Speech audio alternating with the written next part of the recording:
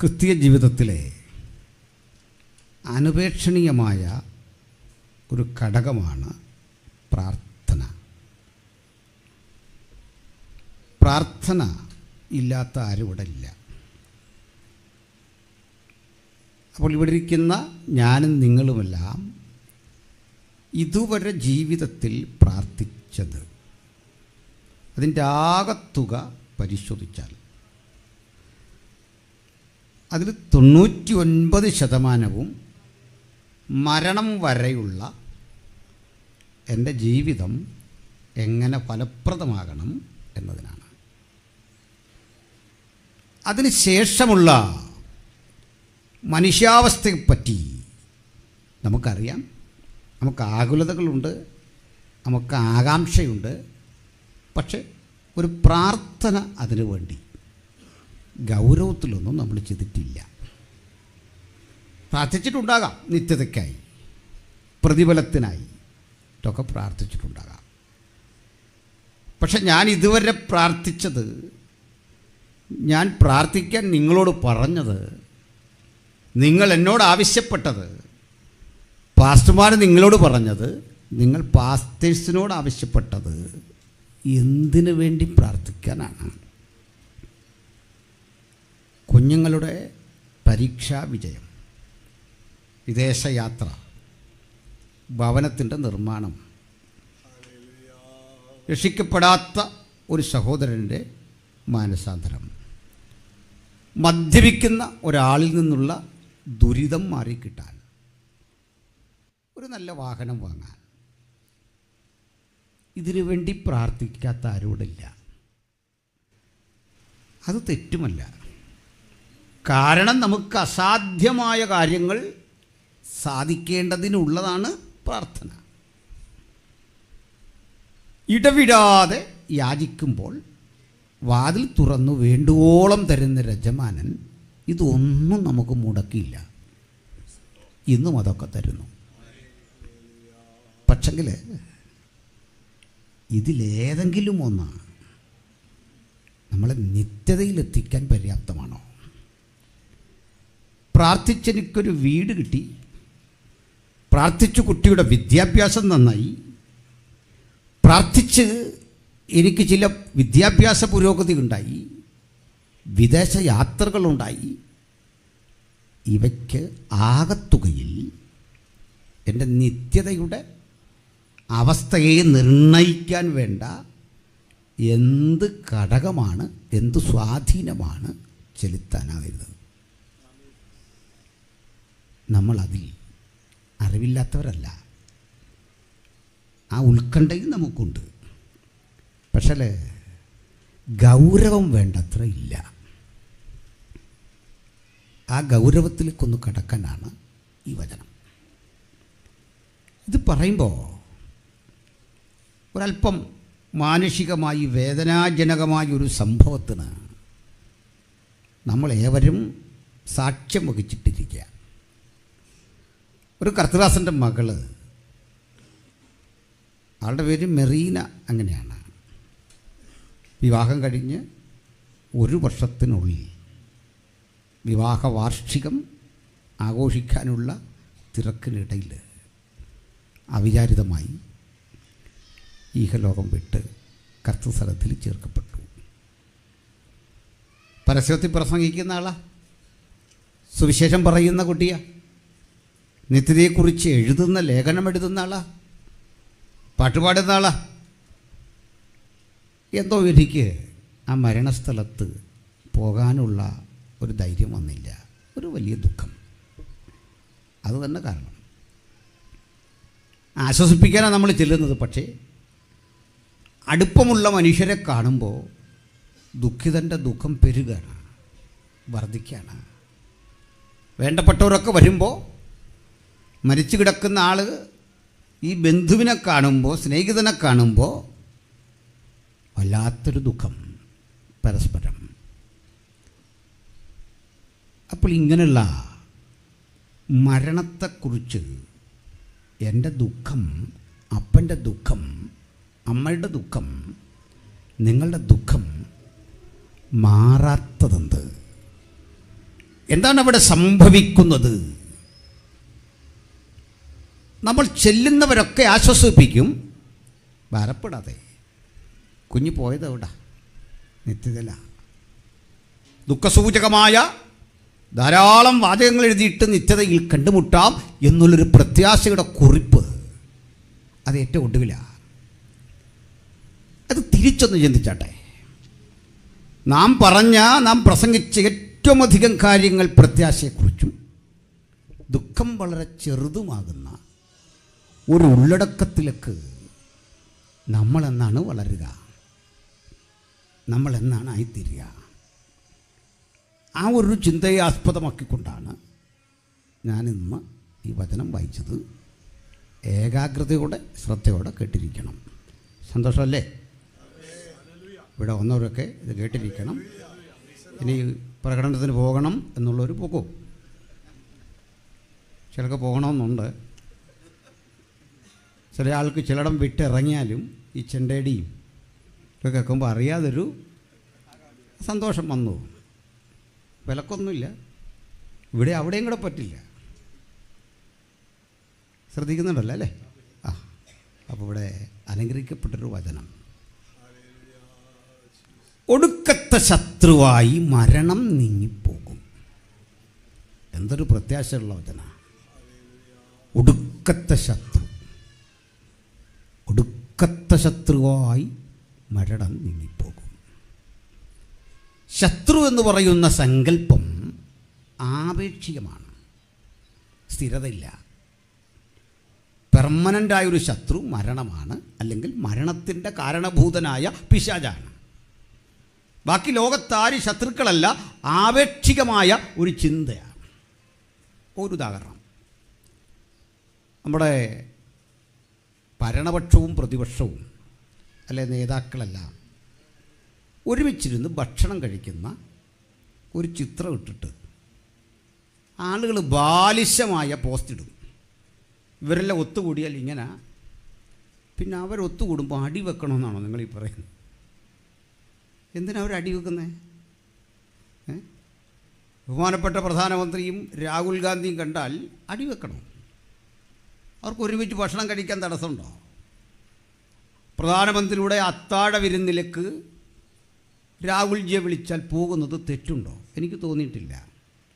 കാരണം ശത്രുത ആപേക്ഷികമാണ്, ആശയപരമാണ്. അത് തന്നെ കാര്യം. അവർ തമ്മിൽ വേറെ പ്രശ്നമില്ല. ഇന്നലത്തെ ശത്രു ഇന്ന് മിത്രമാകും, ഇന്നത്തെ മിത്രം നാളെ ശത്രുവാകും. ഇതിനകത്തൊരു സ്ഥിരത പറയാൻ വയ്യ, ഒന്നിനും സ്ഥിരത പറയാൻ വയ്യ. പക്ഷെ സ്ഥിരതയുള്ള ഒറ്റ ശത്രുണ്ട്. അത് മരണവും മരണത്തിൻ്റെ കാരണഭൂതനുമായ പിശാചാണ്. ദൈവമക്കൾക്ക് അത് മാത്രമേ ശത്രുള്ളൂ. ബാക്കിയൊക്കെ സാന്ദർഭികമായി ശത്രുത പൂണ്ടവരുണ്ടാകാം. പക്ഷെ നമുക്ക് പറയാം, ഞങ്ങളുടെ ഹൃദയം സംശുദ്ധമാണ്. ആരോടും ശത്രുതയില്ല, ആരോടും വിരോധമില്ല. മരണം അത് ശത്രു തന്നെയാണ്. ഞാൻ ആ ചിന്തയിലൊക്കെ ഒന്ന് കടക്കാൻ വായിച്ച വചനത്തിലൂടെ വരാം. പ്രിയമുള്ളവരെ, ഇത് കൊരിന്ത്യർക്ക് എഴുതിയ ലേഖനമാണ്. ഈ ലേഖനത്തിനൊരു പശ്ചാത്തലമുണ്ട്. കൊരിന്ത് പുരാതന ലോകത്തിലെ വലിയൊരു സമ്പന്ന നഗരമാണ്. വ്യത്യസ്തതരം ഉൽപ്പന്നങ്ങൾ വിറ്റഴിക്കുകയും വാങ്ങുകയും ചെയ്യുന്ന വലിയൊരു തുറമുഖ നഗരം. ഈ നഗരത്തിൽ നിന്ന് 200 മൈൽ അകലെയാണ് എഫസോസ്. അതും മറ്റൊരു സമ്പന്ന നഗരമാണ്. ഇതുപോലെ പ്രസിദ്ധമായൊരു നഗരമാണ് ഫിലിപ്പിയ. ഇതെല്ലാം വാണിജ്യ പ്രാധാന്യമുള്ള നഗരമാണ്. നമ്മുടെ കോർപ്പറേഷനുകൾക്ക് സമാനമായ വലിയ സമ്പദ് വ്യവസ്ഥയും വാണിജ്യ വ്യവസ്ഥയും ഒക്കെ നിലനിൽക്കുന്ന നഗരം. അവിടെയുള്ള ആളുകൾ ലോകത്തിൻ്റെ പലയിടങ്ങളിൽ നിന്ന് വ്യാപാര താൽപ്പര്യാർത്ഥം വന്ന് താമസിക്കുന്നവരോ ആ തൊഴിലിൽ ഇടപെടുകയോ ചെയ്യുന്ന ആളുകളാണ്.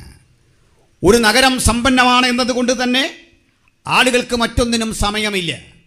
വിലപേശണം, വിലയ്ക്ക് വസ്തുക്കൾ വാങ്ങണം, ലാഭത്തിന് വിൽക്കണം, സമ്പത്ത് വർദ്ധിപ്പിക്കണം. ഈ ചിന്ത സമ്പത്തിൻ്റെ ആധിക്യത്തിൽ അടുത്ത ഘട്ടം ഒരു ലെവലിലെത്തിക്കഴിഞ്ഞാൽ സമ്പത്തിനൊപ്പം സുഖവും സംതൃപ്തിയും വർദ്ധിപ്പിക്കണം. അതിന് വീണ്ടും വാങ്ങിക്കൂട്ടണം. ആധുനികങ്ങളായ ഉൽപ്പന്നങ്ങൾ വീട്ടിലെത്തിക്കണം. പുതിയ സുഹൃത്ത് ബന്ധങ്ങൾ, സന്തോഷം പകരുന്ന പലതരത്തിലുള്ള ഉൽപ്പന്നങ്ങൾ, ഇവയെല്ലാം കൊണ്ട് ജീവിതം സുഖകരമാക്കണം, സന്തോഷകരമാക്കണം. ഇങ്ങനെ ചിന്തിച്ചു പോയ ഒരു ജനത, ആ ജനതയ്ക്ക് സന്തോഷത്തിന് വേണ്ടി, അവരുടെ മാനുഷികമായ താല്പര്യങ്ങൾക്ക് വേണ്ടി ലോകത്തിൻ്റെ പലയിടങ്ങളിൽ ഉണ്ടായിരുന്ന പലതരത്തിലെ വിനോദങ്ങളും അത്തരത്തിലെ കലാപരിപാടികളും ഈ നഗരത്തിൻ്റെ പലയിടങ്ങളിൽ ആവിഷ്കരിക്കാൻ തുടങ്ങി. കൊരിന്ത് കണ്ടുപഠിച്ചത്, ശീലിച്ചത് അഥേന എന്ന് പറയുന്ന മറ്റൊരു നഗരമാണ്. അഥേനയിൽ ഒളിമ്പിക്സ് ഉണ്ട്. അഥേനയിൽ ചിന്തകന്മാർ ഒത്തുകൂടുന്ന വലിയ തർക്കശാസ്ത്രങ്ങളുടെ വേദിയുണ്ട്. നാടകങ്ങളും കവിതകളും ആ നാട്ടിൽ പ്രസിദ്ധമാണ്. ഗ്രീസിലെ അഥേന പോലെ കൊരിന്തിൽ സാഹിത്യവും കലകളും ഒക്കെ ഉണ്ടെങ്കിലും സോക്രട്ടീസോ പ്ലേറ്റോയോ അരിസ്റ്റോട്ടിലോ മനുഷ്യരാശിക്ക് കൊടുത്ത ഉദ്ദീപകരമായ പ്രചോദനകരമായ ചിന്തകളല്ല വന്നത്. മറിച്ച് എപ്പിക്കുറോസ് എന്നറിയപ്പെടുന്ന ഒരു ചിന്തകനെ നമുക്കറിയാം. അദ്ദേഹം പഠിപ്പിച്ചതെന്താ? തിന്നുക, കുടിക്കുക, ആനന്ദിക്കുക, നാളെ ചാകും. അപ്പോൾ ഭൗതിക ജീവിതത്തിൽ പടുത്തുയർത്താവുന്ന സുഖലോലുപതയെന്ത്? നാളെ മരിച്ചു പോകുകയാണ്, മരണം കഴിഞ്ഞാൽ പിന്നൊന്നുമില്ല. ഇത്തരം ദർശനങ്ങൾ ഇന്ത്യയിൽ രൂപപ്പെട്ടിരുന്നു. അത്തരമൊരു ദർശകൻ്റെ പേരായിരുന്നു ചാർവാകൻ. അദ്ദേഹം പറഞ്ഞു, ഭക്ഷിക്കുക, ആനന്ദിക്കുക. അദ്ദേഹം കുറേ നന്മയുടെ വശങ്ങൾ പറഞ്ഞു, മര്യാദയ്ക്കൊക്കെ ജീവിക്കുക, അതുകൂടി കൂട്ടിച്ചേർത്തു. എന്നാൽ അതിൻ്റെ ഒരു പടി കൂടി താഴേക്കിറങ്ങിക്കൊണ്ട് എപ്പിക്കുറോസ് പഠിപ്പിച്ചത് തിന്നുക, കുടിക്കുക, ആനന്ദിക്കുക, നാളെ നമ്മൾ ചാകും. അതുകൊണ്ട് ജീവിതം അത്രമാത്രം സന്തോഷനിർഭരമാക്കാം, സുഖകരമാക്കാം, അതിനുവേണ്ടി അധ്വാനിക്കുക. ഇത്തരം മനുഷ്യർ രണ്ട് തരത്തിൽപ്പെടാം. ഒരു കൂട്ടം ആളുകൾ ദൈവത്തിൽ വിശ്വസിക്കുന്നില്ല, ദൈവപ്രവൃത്തിയിൽ വിശ്വസിക്കുന്നില്ല, നാസ്തികരെന്നാണ് അവരെ വിളിക്കുക. ആ ചിന്തയ്ക്ക് നിരീശ്വരത്വം അഥവാ നാസ്തികത എന്നാണ് പേര് പറയുക, എത്തിസം. ഇതിന് രണ്ടാമതൊരു കൂട്ടരുണ്ട്. അവരുടെ വിചാരം ദൈവമുണ്ടാകാം, ഇല്ലായിരിക്കാം. എനിക്കിന്നുവരെ ആ ദൈവത്തെക്കുറിച്ചൊരു അനുഭവമോ ഒരറിവോ ഇല്ലാത്തത് കൊണ്ട് ഞാൻ അങ്ങനെ ഒരു അനുഭവം വരുന്നത് വരെ, അത്തരമൊരു അറിവ് സംശയലേശമന്യ വരുന്നത് വരെ ഞാൻ ദൈവത്തെ തള്ളുന്നില്ല, ദൈവത്തെ സ്വീകരിക്കുന്നില്ല. ഇവരൊരു പേരിട്ട് വിളിക്കും അഗ്നോസ്റ്റിക്കുകൾ അഥവാ അജ്ഞേയവാദികൾ. അപ്പോൾ നാസ്തികരും അജ്ഞേയവാദികളും, തത്വത്തിൽ അജ്ഞേയവാദികളും ജീവിതം കൊണ്ട് നാസ്തികരെ പോലെയാണ്. ഇതിനപ്പുറത്ത് ബദലായി നിൽക്കുന്ന ദൈവവിശ്വാസികൾക്കൊരു പ്രശ്നമുണ്ട്. അവർ തമ്മിൽ യോജിപ്പില്ലാത്തതിൻ്റെ കാരണം ആ രാജ്യത്തെ റോമൻ മതങ്ങളുടെ ദൈവവിശ്വാസമല്ല യഹൂദമതത്തിൻ്റെ ദൈവവിശ്വാസം. ആ ദൈവവിശ്വാസമല്ല അവിടേക്ക് കുടിയേറിയ പേർഷ്യക്കാരുടെ ദൈവവിശ്വാസം. അവ തമ്മിലൊന്നും യോജിക്കില്ല. ഇതിൽ നിന്നെല്ലാം വിഭിന്നമായ ഒരാശയമായി ക്രിസ്തുവിൻ്റെ സുവിശേഷവും അവിടേക്ക് വ്യാപരിച്ചപ്പോൾ ഈ ചിന്തകളോടൊക്കെ പടപൊരുതിക്കൊണ്ട് എപ്പിക്കുറോസിനെ പോലെയുള്ള ആളുകളുടെ ദർശനങ്ങൾ, അവരുടെ പദ്ധതികൾ, അതിനിടയ്ക്ക് ജ്ഞാനം കണ്ടെത്തലാണ് ജീവിത വിമോചനത്തിൻ്റെ വഴിയെന്ന് പഠിപ്പിക്കുന്ന നൂറുകണക്കിന് ആശയങ്ങൾ. ചുരുക്കത്തിൽ കൊരിന്തിലെ മനുഷ്യർക്കെല്ലാം ഇടയിൽ ഇത്തരം ദർശനങ്ങളുടെ സ്വാധീനത നിലനിൽക്കെ അതിനെയെല്ലാം അമ്പരപ്പിച്ചുകൊണ്ട് അവിടെ ഒരു സഭ രൂപപ്പെട്ടു. പ്രാർത്ഥിക്കുന്ന, ആരാധിക്കുന്ന, കൃപാവരമുള്ള ഒരു ദൈവത്തിൻ്റെ സഭ അവിടെ രൂപപ്പെട്ടു. ഒരു കാര്യം ആലോചിച്ചു കൊള്ളണം, ദൈവത്തിൻ്റെ പ്രവൃത്തിക്ക് ഇറങ്ങിച്ചെല്ലാൻ തടസ്സമുള്ള ഒരിടവും ഭൂമിയിലില്ല, ഒരിടവും എവിടെയുമില്ല, ഒരു സ്ഥലവുമില്ല. വെളിപ്പാട് പുസ്തകത്തിൽ പറയുക, നീ എവിടെ പാർക്കുന്നു എന്ന് ഞാൻ അറിയുന്നു, അത് സാത്താൻ്റെ സിംഹാസനമുള്ള ഇടം. ആ വാക്യം കേട്ട് ഭയമല്ല തോന്നേണ്ടത്, മറിച്ച് സാത്താൻ സിംഹാസനമിട്ടാലും അതിനെ തട്ടിത്തെറിപ്പിച്ച് അവിടെയും ചെല്ലുന്നതാണ് യേശുക്രിസ്തുവിന്റെ സുവിശേഷം. ദൈവവചനത്തിന് ബന്ധനമില്ല, സുവിശേഷത്തിന് ബന്ധനമില്ല. ഏത് പ്രതിബന്ധങ്ങളെയും തരണം ചെയ്തുകൊണ്ട് അത് ഇരമ്പിക്കയറുമെങ്കിൽ വിശ്വാസത്തോടെ നമുക്ക് പറയാം, ഈ ദിനങ്ങളിൽ കേട്ട ദൈവത്തിന്റെ വചനം അന്തരീക്ഷ മണ്ഡലത്തിൽ അതിന്റെ പ്രവൃത്തി ചെയ്തുകൊണ്ടേയിരിക്കുകയാണ്, അതിന്റെ അനുഗ്രഹം തിരികെ വന്നുകൊണ്ടിരിക്കുകയാണ്. ഈ ദിനങ്ങളിൽ ദൈവത്തിന്റെ ജനം പ്രാർത്ഥിച്ചതൊന്നും വൃഥാവായി തീർന്നിട്ടില്ല. അതാ ദിനങ്ങളിൽ അകത്തും പുറത്തും വചനം അതിന്റെ പ്രവൃത്തി ചെയ്യുക. ദൈവത്തിന്റെ വചനത്തിന്റെ സുതാര്യമായ കേൾവി നമുക്ക് വിടുതലാണ്. ദൈവത്തിന്റെ വചനം നമുക്ക് രോഗശാന്തിയാണ്. നാളുകളായി നമ്മൾ ആഗ്രഹിക്കുന്ന ജീവൽ പ്രശ്നങ്ങളെ അതിജീവിക്കുവാൻ അത് കരുത്താണ്. നിത്യതയ്ക്കുള്ള പ്രത്യാശയുടെ വചനമാണ് ദൈവത്തിന്റെ വചനം. ആമേൻ. ഇതാ ഇത്തരം ഒരു ഘട്ടത്തിൽ ഒരു സഭ രൂപപ്പെടുക. ഈ സഭയിൽ വരുന്ന ആളുകൾ നല്ലൊരു ശതമാനം സമ്പന്നരാണ്. അപ്പോൾ അവരുടെ പ്രാർത്ഥന എങ്ങനെ ഇരിക്കും? സ്വാഭാവികമായിട്ട്. മുമ്പ് പറഞ്ഞൊന്നും അവർക്ക് പ്രാർത്ഥിക്കണ്ട. എന്തിനാണ് പ്രാർത്ഥിക്കുക? അവർക്കത് ഉണ്ടല്ലോ, അത് കിട്ടുമല്ലോ. അപ്പോൾ അവരെ പ്രാർത്ഥിക്കാൻ ദാരിദ്ര്യം അയച്ചാൽ മതിയോ? ആ വാദത്തിലൊന്നും അർത്ഥമില്ല. കാരണം എന്താ? അങ്ങനെ വന്ന് പ്രാർത്ഥിച്ചേക്കാം, പക്ഷേ ദൈവം അങ്ങനെ നമ്മളെ തന്നെ സ്നേഹിപ്പിക്കാൻ വേണ്ടി മനഃപൂർവ്വം എന്തെങ്കിലും ഒരവസ്ഥ സൃഷ്ടിച്ച് തിരിച്ചു കൊണ്ടുവരുമെന്ന് പറയാൻ വയ്യ. കൊണ്ടുവന്ന അനുഭവങ്ങളൊക്കെ ഉണ്ടില്ലെന്നല്ല, അതൊരു കോമൺ സ്വഭാവമല്ല. അവൻ കൈയയച്ച് വിടുക. നമ്മൾ എത്രത്തോളം പോകും ആ അവസ്ഥയ്ക്ക് വേണ്ടി വിടുക. അപ്പോൾ തന്നെ ആ വചനത്തിൽ അവിടെ കാണുക, അവിടെ കൃപാവരങ്ങളുണ്ടായിരുന്നു ആ സഭയിൽ, പ്രവചനമുണ്ടായിരുന്നു ആ സഭയിൽ, വ്യാഖ്യാതാക്കളുണ്ടായിരുന്നു ആ സഭയിൽ. ഉണ്ടായിരുന്നു മാത്രമല്ല, ഈ കൃപാവരമുള്ളവർ തമ്മിലുള്ള പ്രശ്നം പരിഹരിക്കാൻ കൃപയുള്ള ആരോടില്ലാതെ പോയി. നമ്മുടെ എല്ലാവരും പ്രശ്നമാണ് അത്, ഇല്ലേ? കൃപ ഉള്ളവർ കൂടുതലാണ് നമ്മുടെ ഇടയിൽ. അതാ പറ്റി ഇതൊന്ന് പരിഹരിക്കണമെങ്കിൽ വേറൊരു കൃപ വേണം, അല്ലേ? അത് നമുക്കില്ലാതെ പോവാം. എങ്ങനെ കൈകാര്യം ചെയ്യാമെന്നറിയില്ല. ആർക്ക് വേണം? മാസയോഗത്തിൽ അവസരം കൊടുക്കണം. കാരണം ഇരിക്കുന്നവരെല്ലാം പ്രസംഗിക്കും. ആരെ ക്ഷണിക്കണം? മിക്കവാറും പ്രസംഗിക്കുന്നവരാ. ഏത് പാട്ടുകാരെ വിളിക്കണം? കമ്മിറ്റിയിലെല്ലാം നമ്മൾ ചർച്ച ചെയ്യുമ്പോൾ ഇതിനോരോ കാര്യങ്ങൾ പറയുക. Fans association രൂപപ്പെടുക. പ്രസംഗർക്ക് വേണ്ടി ആളുകൾ വാദിക്കുക. ചിലരെ വേണ്ടെന്ന് പറയുക, ചിലരെ വേണമെന്ന് പറയുക. അതിനെല്ലാമുള്ള കാരണങ്ങൾ നമ്മൾ നിരത്തിക്കൊണ്ട് നമ്മുടെ കാര്യം സ്ഥാപിച്ചെടുക്കാൻ ശ്രദ്ധിക്കുക. കൊരിന്ത് സഭ ഇങ്ങനെ വന്നപ്പോൾ ഈ സഭയുടെ പോക്കിൽ ഒരു മനുഷ്യന് ഒരു ദുഃഖം തോന്നി. എനിക്ക് അയാളെക്കുറിച്ച് മതിപ്പാണ്.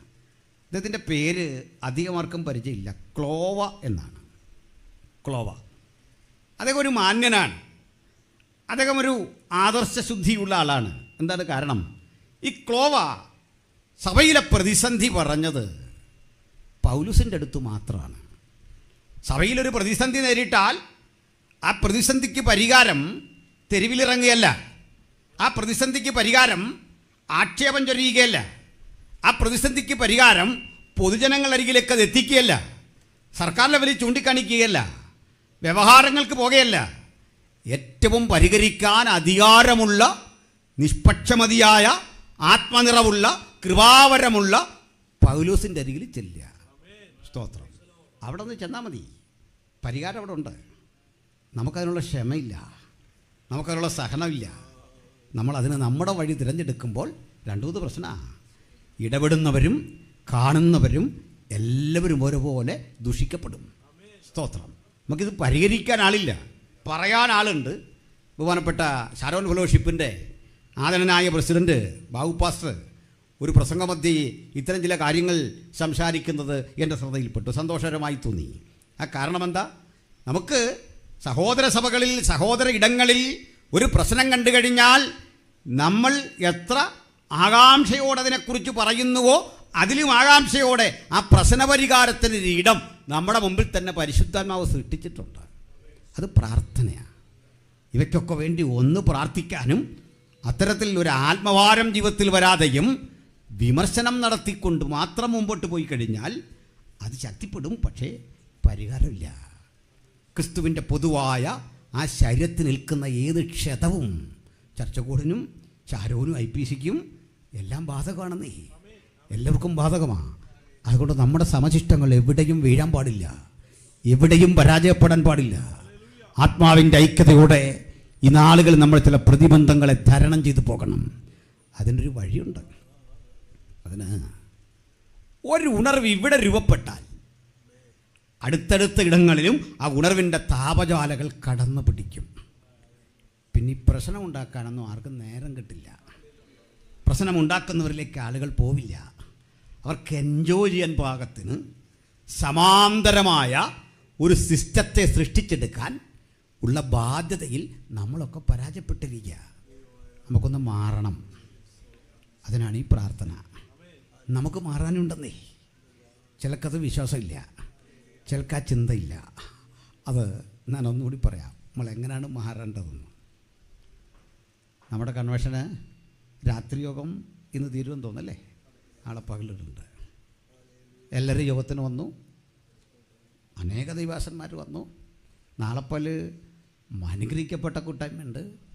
ഇത് കഴിഞ്ഞ് നിങ്ങൾ പോകുമ്പോൾ നിങ്ങൾ ഉദ്ദേശിച്ച തരത്തിലെ ഒരാത്മസംതൃപ്തി നിങ്ങൾക്ക് കിട്ടുന്നില്ലെങ്കിൽ യോഗം പരാജയം തന്നെയാണ്. ഞാനിവിടെ വരുമ്പോൾ എനിക്ക് കിട്ടേണ്ട ഒരു സംതൃപ്തി ഉണ്ട്. ആ സംതൃപ്തി കിട്ടാതെയാണ് ഞാൻ പോകുന്നതെങ്കിൽ യോഗം ഒരു പരാജയ. മനസ്സിലായോ? ഞാൻ വ്യക്തമാക്കാം. നമ്മുടെ ഒരു അമ്മച്ചിയുടെ അരികിൽ പണ്ട് സമാന്തരമായ മറ്റൊരു ക്രിസ്തീയ സമൂഹത്തിൽ നിൽക്കുന്ന ഒരാൾ ഒരു ദൈവാസന സുവിശേഷം പറഞ്ഞപ്പോൾ ഒരമ്മച്ചി, നമ്മുടെ അമ്മച്ചിയല്ല, മറ്റൊരു ക്രിസ്തീയ പ്രസ്ഥാനത്തിൽ നിൽക്കുന്ന ഒരു അമ്മച്ചി, വിശ്വാസിയല്ലാത്ത, അതായത് ത്രിയേകത്വത്തിൽ സ്നാനമൊന്നും ഏൽക്കാത്ത ഒരു സമൂഹത്തിൽപ്പെട്ട ആൾ. അപ്പോൾ ഈ അമ്മച്ചി ചോദിച്ചു, നിങ്ങൾക്ക് നിങ്ങളുടെ യോഗത്തിൻ്റെ പ്രത്യേകത എന്താ? അങ്ങോട്ട് വന്നാൽ ഞങ്ങൾ എന്തിനാ അങ്ങോട്ട് വരുന്നേ? അച്ഛനുണ്ടോ? ഇല്ല. തിരുമേനിയുണ്ടോ? ഇല്ല. ഇങ്ങനെ ഓരോ ചോദ്യം ചോദിച്ചിട്ട് ചോദിച്ചു, ഈ പാത്രങ്ങളും കുടങ്ങളും ഒക്കെ വിൽക്കുന്ന കടയുണ്ടോ അവിടെ? അതുമില്ല. ചിന്തിക്കട ഇല്ല. പണ്ടൊക്കെ അങ്ങനെയാണ്, കട്ടിൽ വിൽക്കുന്ന ഇടമുണ്ടോ? 100 ചോദ്യം ചോദിച്ചിട്ട് പറഞ്ഞു, ഞാൻ ആകപ്പാടെ പെരുന്നാളിന് പോകുന്നത് ഈ മൺകുടമൊക്കെ മേടിക്കാനാ.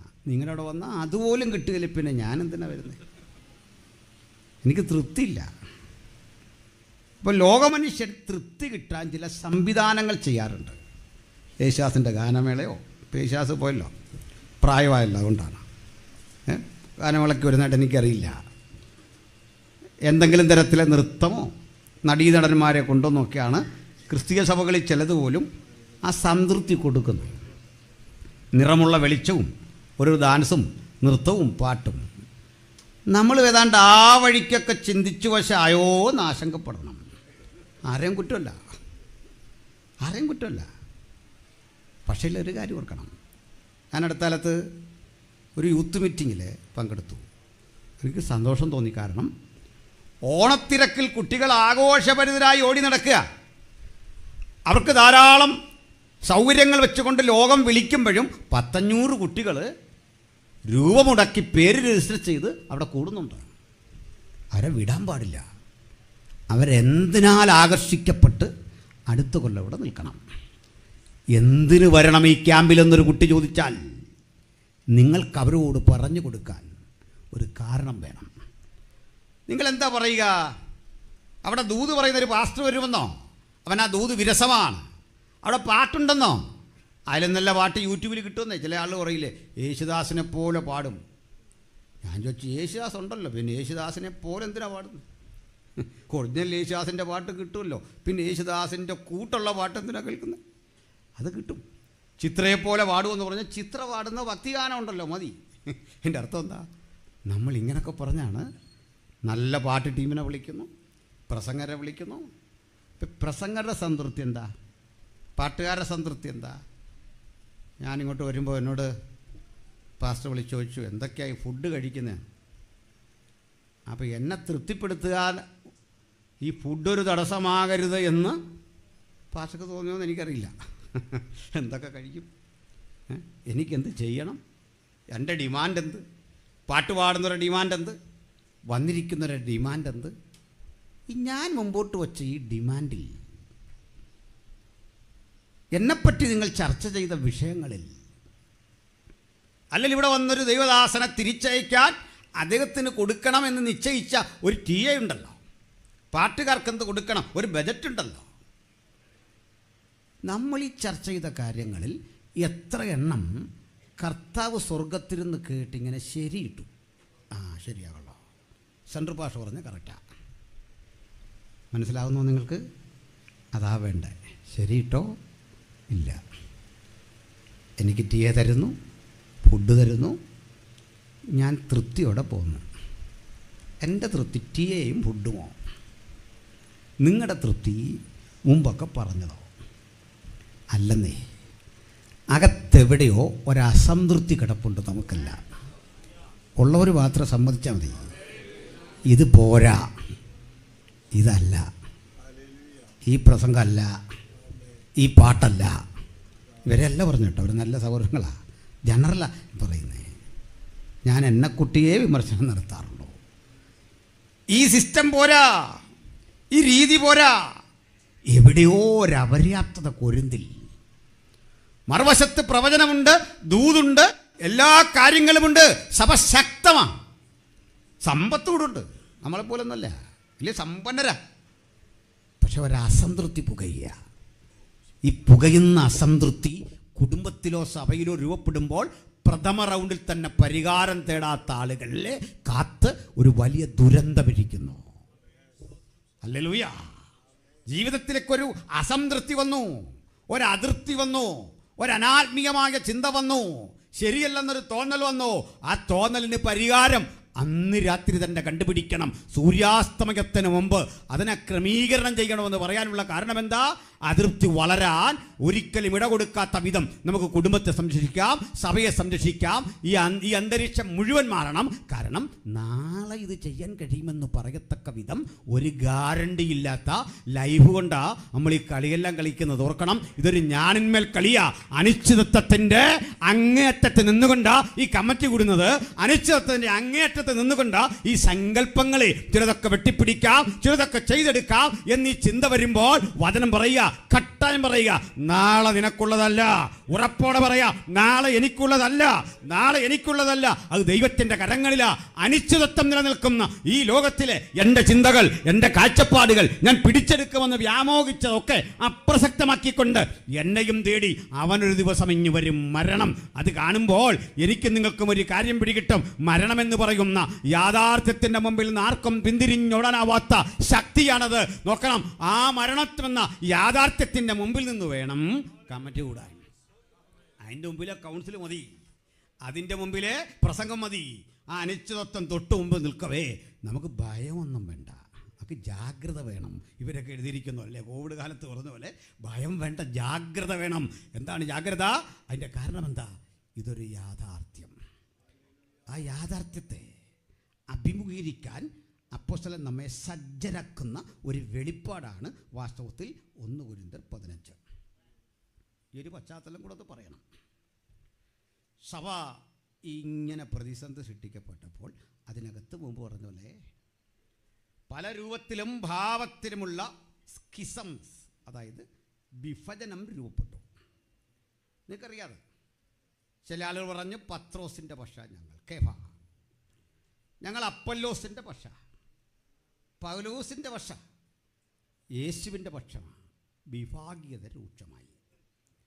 വിഭാഗീയതയെ അക്സെപ്റ്റ് ചെയ്യുന്ന, തൻ്റെ പക്ഷത്തെ ചേർത്തുകൊണ്ട് ഒരു ഗ്രൂപ്പിനെ സുസജ്ജമാക്കുന്ന ആ മാനുഷിക ബോധവോ ബുദ്ധിയോ പൗലോസ് ഉപയോഗിച്ചില്ല.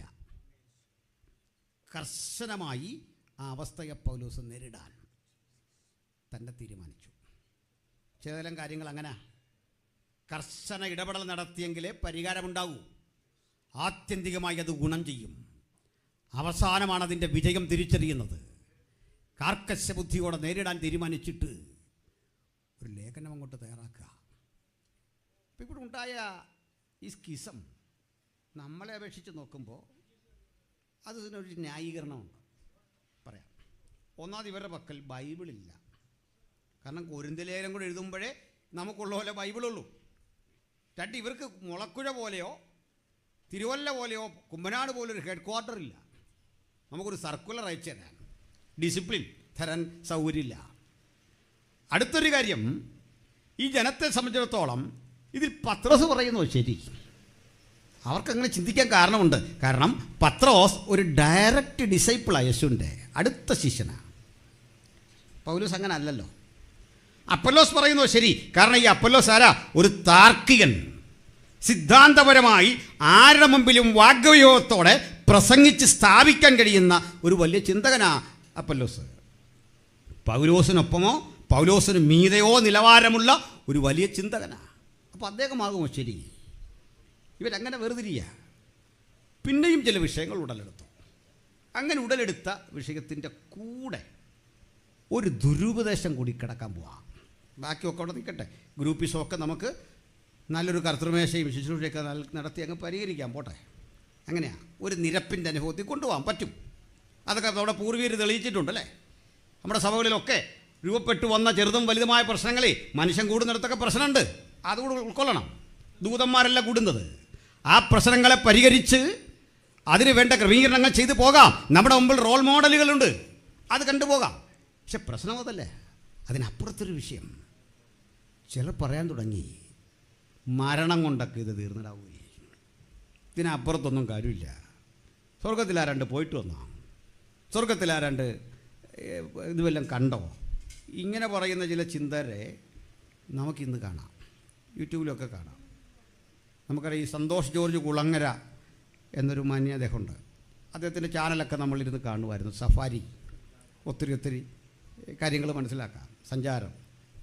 അതിൽ അദ്ദേഹം പറയുക, സ്വർഗത്തിൽ ഭൂമിയിൽ പിന്നെ ഒരു സുഖമല്ലാത്തൊരു പദമാണ് പറയുന്നല്ലേ.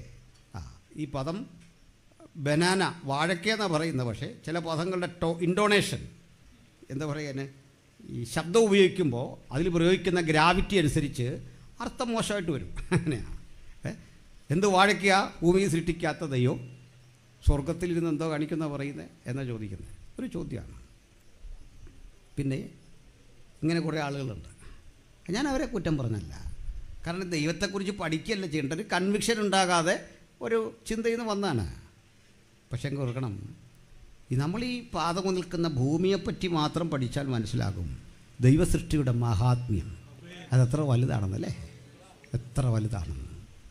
അതറിഞ്ഞ സങ്കീർത്തനക്കാരൻ പറയുന്നേ, ആകാശം ദൈവത്തിൻ്റെ മഹത്വത്തെ വർണ്ണിക്കുന്നു, ആകാശവിധാനം അവൻ്റെ കൈവേലയെ പ്രസിദ്ധമാക്കുന്നു.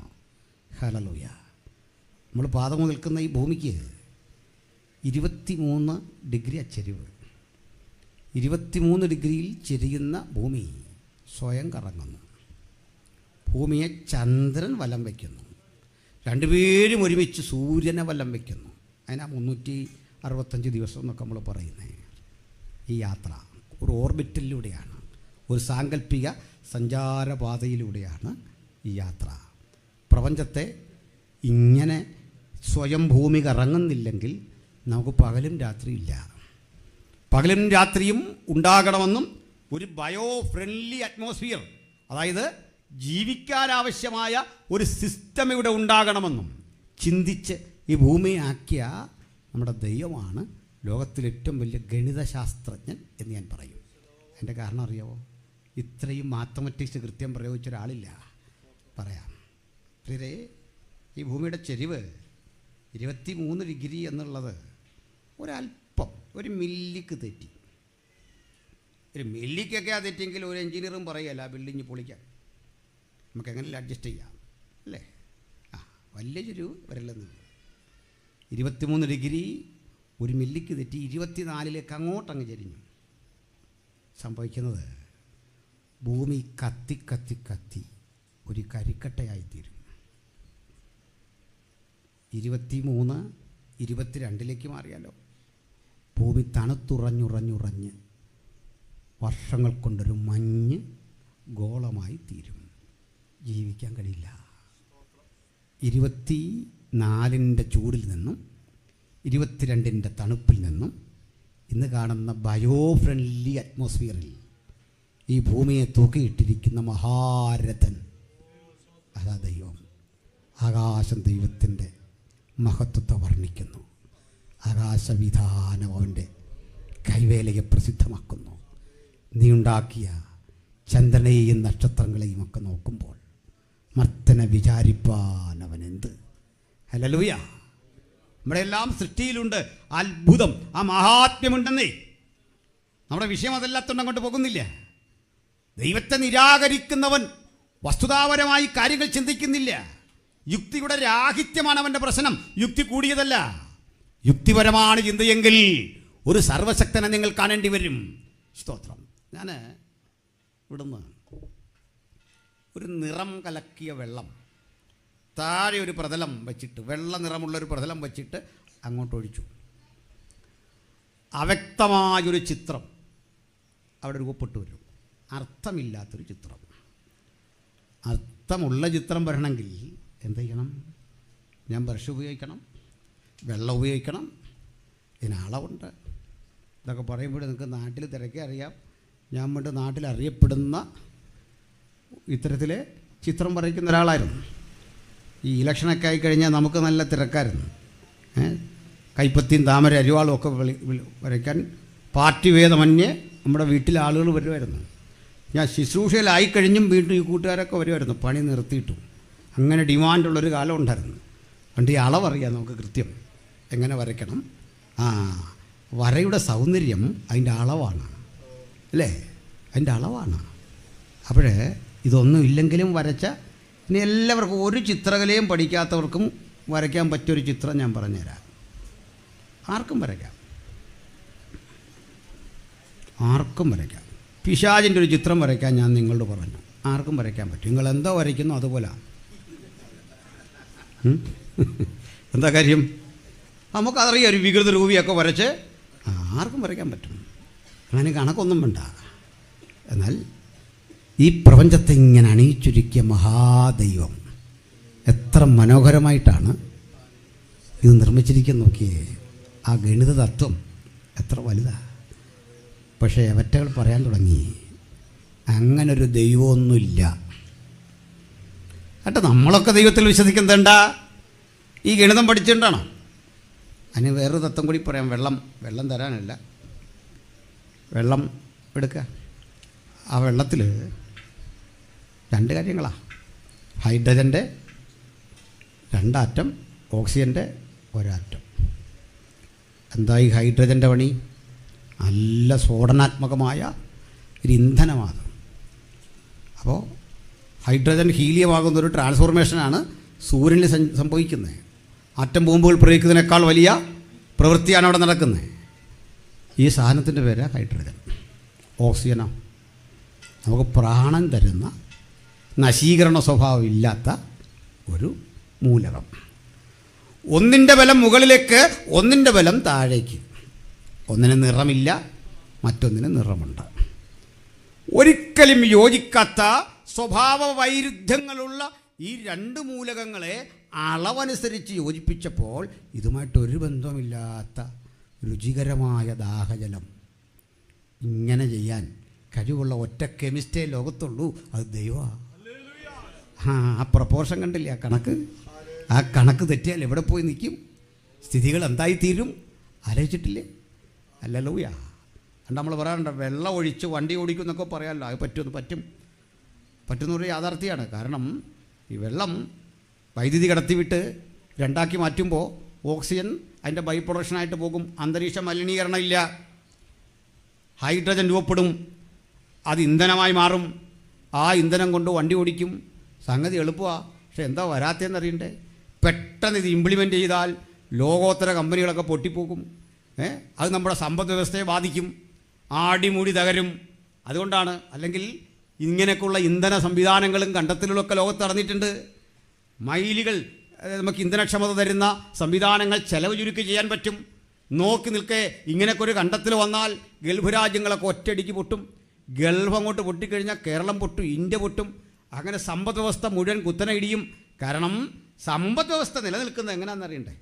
ഒരു സ്ഥലത്തെ ദാരിദ്ര്യമുള്ളത് കൊണ്ടാണ് മറുഭാഗത്ത് സമ്പത്തുണ്ടാകുന്നത്. കാരണം ഈ വാക്വം പൂരിപ്പിച്ച് കയറണം. എനിക്ക് മനസ്സിലായില്ല. നമ്മൾ കമ്പ്യൂട്ടറും ഇല്ലാത്തതുകൊണ്ട് അത് മേടിക്കാൻ തയ്യാറാകുമ്പോഴേ കമ്പനി നിലനിൽക്കത്തുള്ളൂ. നമുക്കെല്ലാം ലാപ്ടോപ്പും ഇതൊക്കെ ഇഷ്ടം പോലെ ഉണ്ടെങ്കിൽ ആ പർച്ചേസിങ് പവർ കുറയും. മനസ്സിലായല്ലോ ഇതൊക്കെ? അപ്പോൾ എന്തിനാണ് പറഞ്ഞു വന്നേ? പ്രിയപ്പെട്ടവരെ, നമുക്ക് ഈ ഗണിതമൊക്കെ വിടാം. നമ്മൾ ദൈവത്തെ അറിഞ്ഞത് ഈ ചിന്ത കൊണ്ടൊന്നുമല്ല. നമ്മളെങ്ങനെ അറിഞ്ഞേ? യഹോവ നല്ലവൻ എന്ന് രുചിച്ചറിയുന്ന മനുഷ്യൻ ഭാഗ്യവാൻ. അങ്ങനെ അറിഞ്ഞേ. ദൈവമുണ്ടോ എന്നൊരു ചോദ്യം പോലും നമ്മുടെ ഇടയിലില്ല. ഇന്നും അവൻ എന്നോട് ഇടപെട്ടു, ഞാൻ അവനോട് സംസാരിച്ചു. അവൻ്റെ സാന്നിധ്യം ഞാനിതാ ഇവിടെ അറിഞ്ഞുകൊണ്ടിരിക്കുക. അവിടുത്തെ നിറവ് ഞാൻ ആസ്വദിച്ചുകൊണ്ടിരിക്കുക. അവിടുത്തെ ശബ്ദമാണ് ഞാൻ കേൾക്കുന്നത്. മാനുഷിക ശബ്ദത്തെ വെല്ലുന്ന മനോഹരമായ ആ ശബ്ദം ഞാൻ കേട്ടുകഴിയുമ്പോൾ ബാക്കിയൊക്കെ മറക്കുക. ആ ശബ്ദത്തിനാണ് ഞാൻ കാതോർത്തിരിക്കുന്നത്. ആകാംക്ഷയോടെയാണോ കൊരിന്ത്യരെ നിങ്ങൾ എത്തിയത് എന്ന ആ താക്കീതോടു കൂടിയാണ് പൗലോസ് ചോദിക്കുക, പൗലോസ് നിങ്ങൾക്കായി ക്രൂശിക്കപ്പെട്ടുവോ? കേഫയാണോ ക്രൂശിക്കപ്പെട്ടെ? ഞാനും നിങ്ങളിവിടെ വന്നത് തമ്പുരാൻ്റെ സാന്നിധ്യം അറിയാനാണെങ്കിൽ കൃതജ്ഞത പറഞ്ഞ വഴിക്ക് പാസ്റ്റർ നമ്മുടെ പേര് വിട്ടുപോയാൽ ഒന്നും തോന്നത്തില്ല. പേരിൻ്റെ കൂടെ പാസ്റ്റർ എന്ന് വിളിക്കേണ്ടതിന് പകരം ബ്രദർ എന്ന് പറഞ്ഞാലോ, പേര് പറഞ്ഞപ്പോൾ മുഴുവൻ വന്നില്ലെങ്കിലോ നമുക്കൊന്നും തോന്നൂല.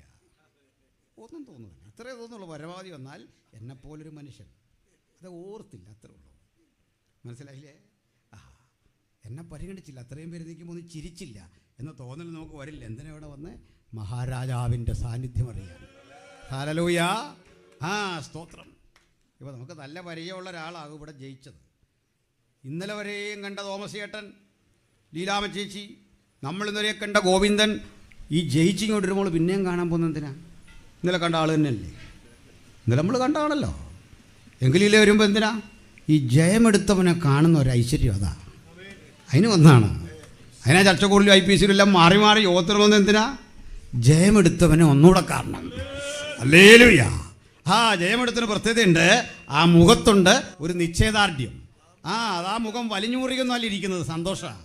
ആ മുഖം ആ കരം നീട്ടി. ഞങ്ങളിങ്ങോട്ട് പോരുമ്പോൾ LDF, UDF, BJP എല്ലാം ഞങ്ങളിങ്ങനെ കൈ കാണിച്ചു, ഞങ്ങളും കാണിച്ചു. എന്നെക്കൊണ്ട് വല്ല പ്രയോജനം ഇവർക്കാർക്കെങ്കിലും ഉണ്ടോ? എത്ര മൈലകലെ എൻ്റെ വോട്ട്? ഇവരെല്ലാം ഇങ്ങനെ കാണിക്കുന്നു. നേരത്തറിയോ, കിട്ടിയ ജയത്തിൻ്റെ ഒരു അളവ് നമുക്കൂടുള്ളതാണ്. അവർക്ക് ഇനിയും വിരോധമൊന്നുമില്ല. നമ്മുടെ MLA, നമ്മുടെ MLA, നമ്മുടെ MP, നമ്മുടെ മെമ്പറാണെന്നത്. അങ്ങനെയല്ലേ? അങ്ങനെയാ കാണേണ്ട ജീവിതത്തെ. ദൈവം ആക്കിയത് അവരെ. അങ്ങനെ എഴുതി ഒറ്റ പുസ്തകം ലോകത്തേ ഉള്ളൂ, അത് ബൈബിളാണ്. സ്തോത്രം. ദൈവം അവരാക്കിയിരിക്കുന്നത്. ആര് വന്നാലും തമ്പുരാനാക്കിയതാണ് നമ്മൾ വിശ്വസിക്കുന്നത്. അവർക്ക് വേണ്ടി പ്രാർത്ഥിക്കണം. സ്തോത്രം. ഹല്ലേലൂയ. അപ്പോൾ നമ്മുടെ പ്രിയപ്പെട്ടവരെ, നമ്മുടെ ബൈബിൾ എന്ത് കൃത്യമായിട്ടാണ് പൊളിറ്റിക്സൊക്കെ കൈകാര്യം ചെയ്തേക്കുന്നല്ലേ? അപ്പോൾ നമ്മൾ ഈ ജയിച്ചവനെ പിന്നെയും കാണാൻ അങ്ങോട്ടില്ല. അപ്പോൾ ആ കൂടെ കുറേ പേരുണ്ടല്ലോ, അവരെല്ലാം കൈ കാണിക്കും. സഹോദരന്മാരെ ക്ഷമിക്കണം, നിങ്ങളെയൊന്നും ഞങ്ങൾ മൈൻഡ് ചെയ്യുന്നില്ല. ഞങ്ങളിപ്പോൾ മൈൻഡ് ചെയ്യുന്ന ആരെയാ? ഓരോട്ടിൻ്റെയെങ്കിലും ഭൂരിപക്ഷത്തിൽ ജയിച്ച ഒരാളുണ്ടോ നറുക്കിട്ട് വന്നാലും മതിയെന്നേ. ആളിനെ കാണുമ്പോൾ നമുക്ക് ഒരു സംതൃപ്തി. പക്ഷെ ജയാളിയായവൻ ഇന്ന് രാത്രി നമ്മുടെ കൂടെ ഉണ്ടെന്ന്, ജയം ശീലമാക്കിയവൻ നമ്മുടെ കൂടെ ഉണ്ടെന്ന്. ഹല്ലേലൂയ. അവനെ നമ്മൾ ഇന്ന് ഹൃദയം മനസ്സും എല്ലാം തുറന്ന് ആരാധിക്കുമ്പോൾ ഇവിടെ ഞാനെന്നൊരുത്തനെ പരിഗണിക്കേണ്ട, എനിക്ക് കൃതജ്ഞത വന്നോ, എനിക്ക് ആഹാരം കിട്ടിയോ, എന്നെ വിളിച്ചിരുത്തിയോ, എന്നെ ആദരിച്ചോ എന്നുള്ള ആ ചിന്ത നമ്മുടെ ഉള്ളിൽ വരുമ്പോഴൊക്കെ ആ ദൈവ സാന്നിധ്യം അറിയാതെ നമ്മളെ വിട്ടു പോകുന്നുണ്ട്. സ്തോത്രം. പ്രിയപ്പെട്ടവർ, ഒന്ന് മനസ്സിലാക്കണം, ലോകത്താർ അവഹേളിച്ചാലും അപമാനിച്ചാലും ഒറ്റപ്പെടുത്തിയാലും ജയാളിയായവൻ എന്നെ കാണുമ്പോൾ ആ കരം വീശി കാണിക്കും. ആ ജഗത്തിൻ്റെ ഒരു അളവ് എനിക്കും നൽകിത്തരും. ഞാൻ എങ്ങും പിന്നിൽ പോയി നിൽക്കാൻ ഇടവരാത്ത വിധത്തിൽ എന്നെ മാറോട് ചേർക്കുന്ന വാത്സല്യത്തിന്റെ പേരാ നസ്രയനായ യേശു.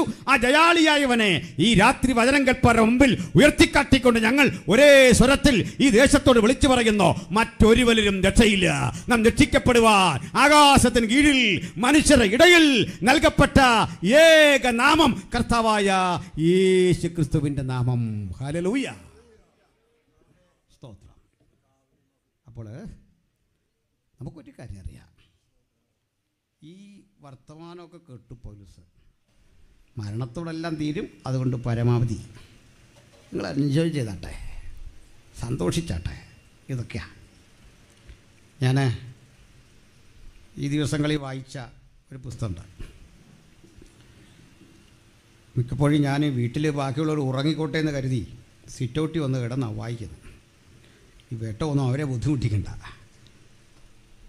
ഒരു വലിയ അനുഭവം പ്രകീർത്തിക്കുന്ന ഒരു പുസ്തകം.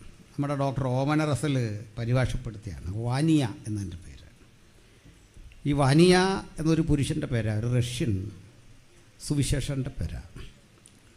ഇത് കേരള നിയമസഭയിലെ എല്ലാ MLA മാർക്കും ഫ്രീ ആയിട്ട് എത്തിച്ചിട്ടുണ്ട്, ഉദ്യോഗസ്ഥർക്കും എത്തിയിട്ടുണ്ട്. 100ഓളം കോപ്പി, 1000ഓളം കോപ്പിയോ മറ്റോ അവിടെ ഡിസ്ട്രിബ്യൂട്ട് ചെയ്യുന്ന അറിയാം, ഉദ്യോഗസ്ഥർക്കും എല്ലാം കൊടുക്കാൻ. എൻ്റെ അറിവ് എങ്ങനെ? അതൊരു പട്ടാളക്കാരനായിരുന്നു. റഷ്യയിൽ 1970-കളിൽ മതപരമായ വലിയ നിയന്ത്രണം നിൽക്കുന്ന കാലമാണ്. എങ്കിലും ലെനിൻ ഡിക്രി .5 എന്നൊരു ലോ ഉണ്ടായിരുന്നു.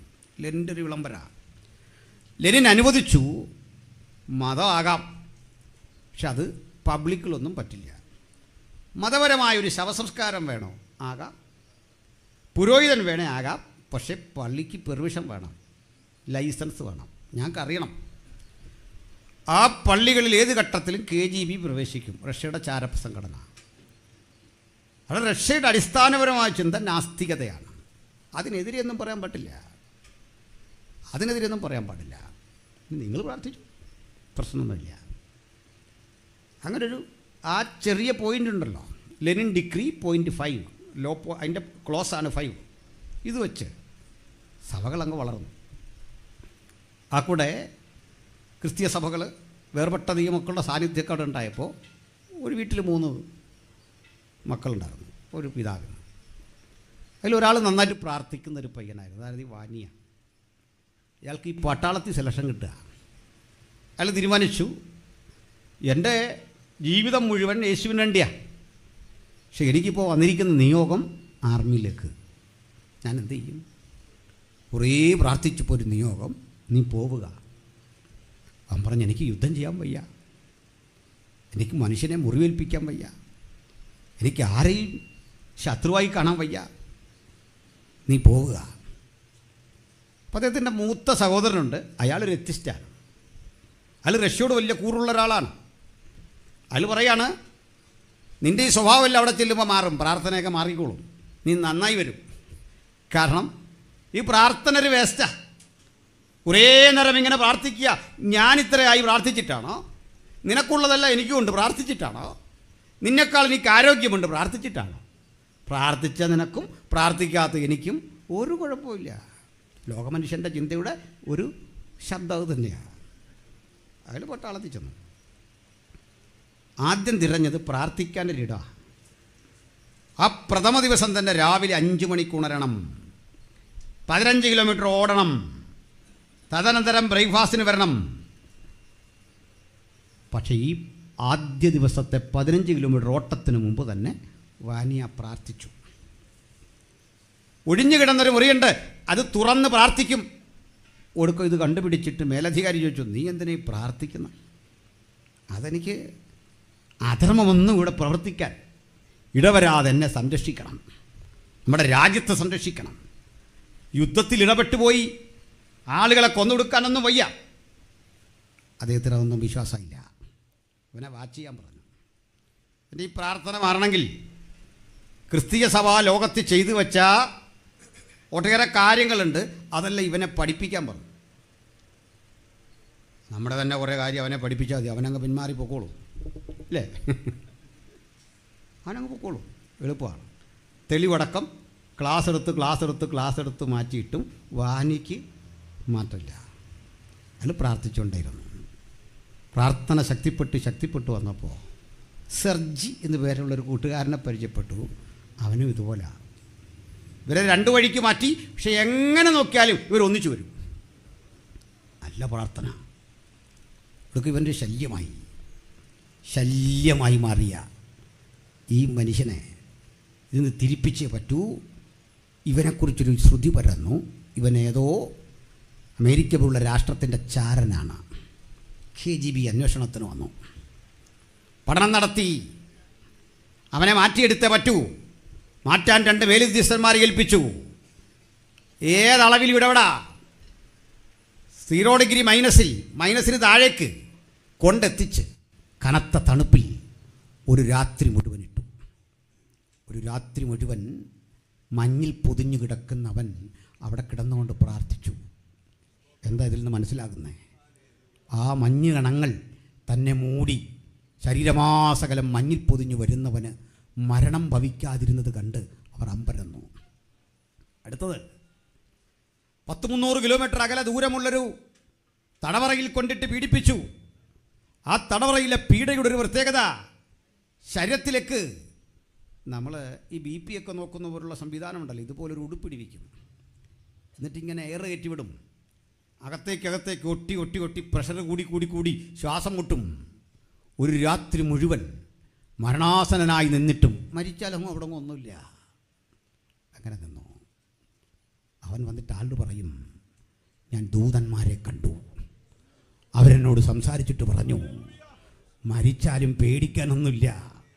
ഇപ്പം ഞങ്ങളെക്കുറിച്ച് നീ ഒരു കാഴ്ച മാത്രമാണ് കണ്ടെങ്കിൽ, മരണം കഴിഞ്ഞാൽ ഞങ്ങൾക്ക് ഈ പവറല്ല, ഞങ്ങൾ നിൻ്റെ സേവകാത്മാക്കളായി മാറും.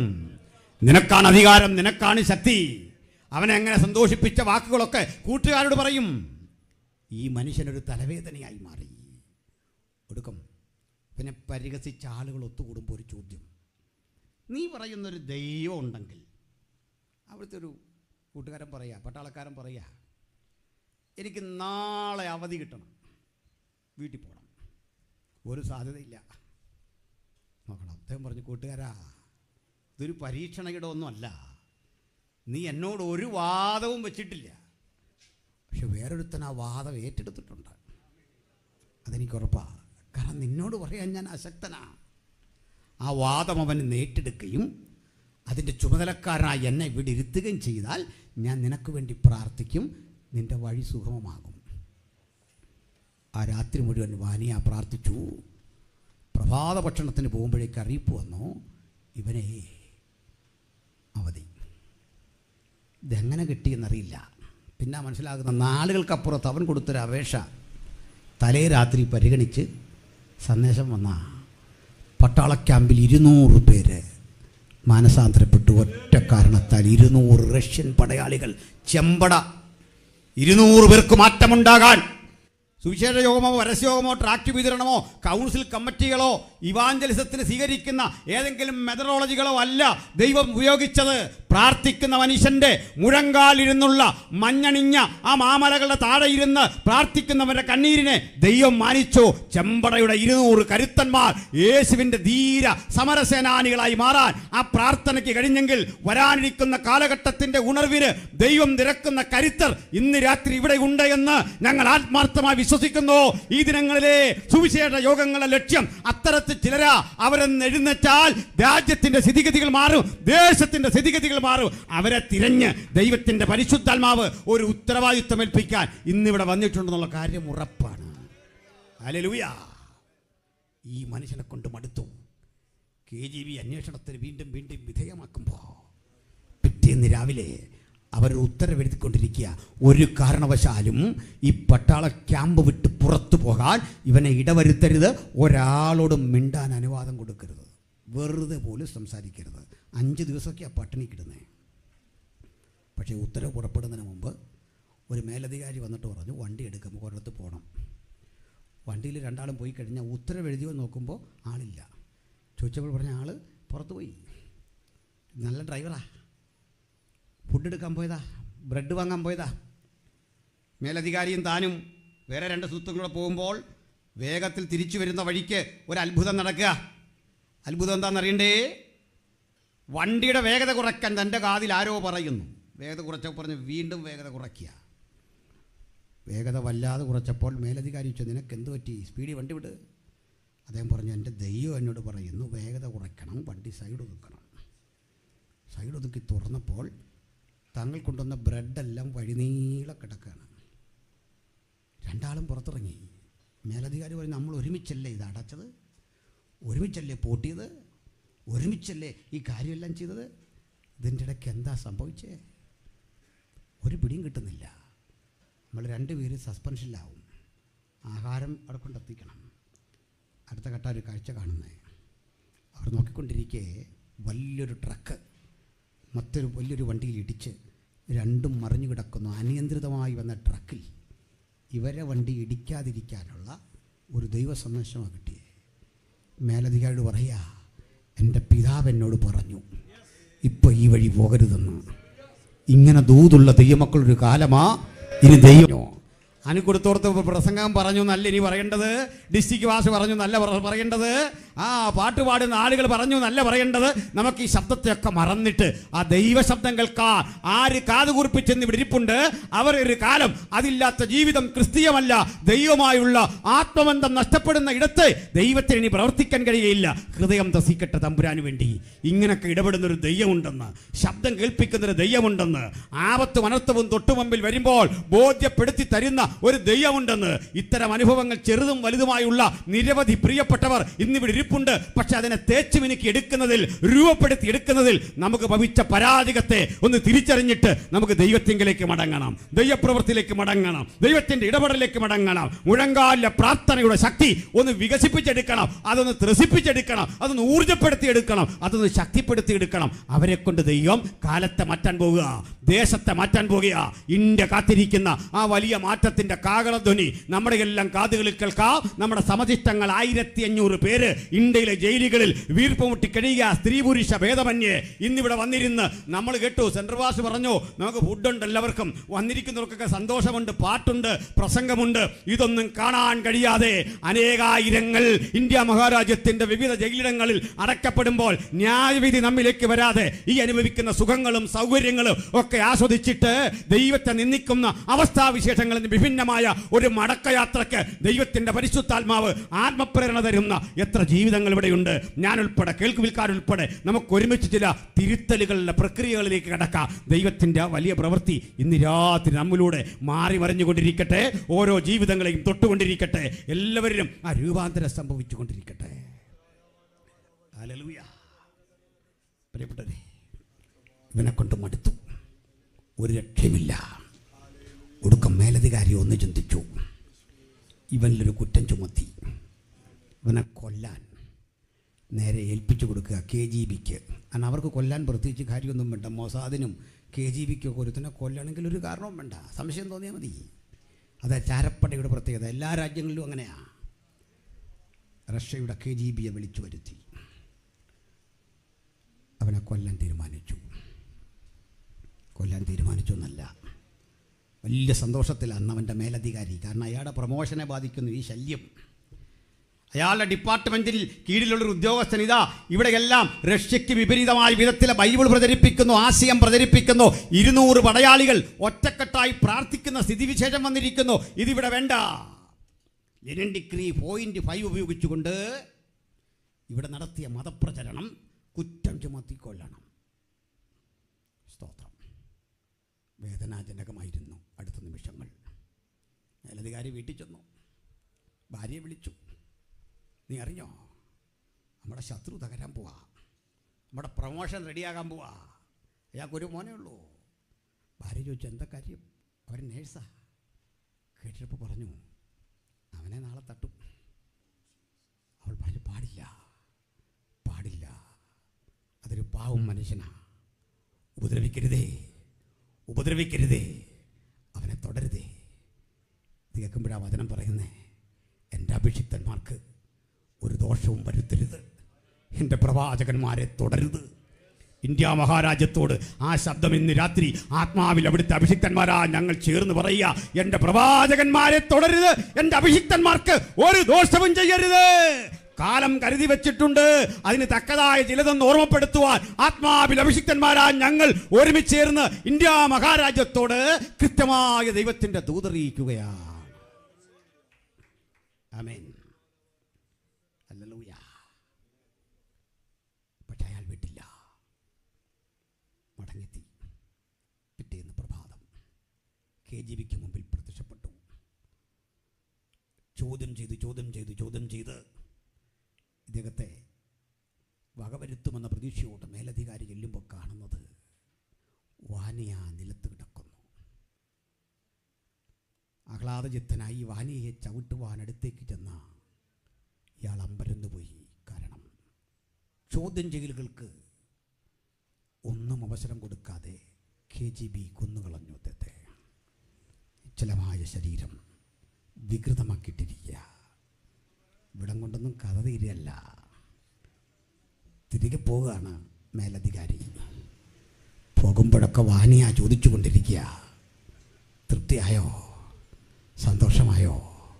കാതുകളിൽ ഇതിങ്ങനെ കേട്ടുകൊണ്ടിരിക്കുക, തൃപ്തിയായോ, സന്തോഷമായോ? അതാ പാപത്തിൻ്റെ ശക്തി.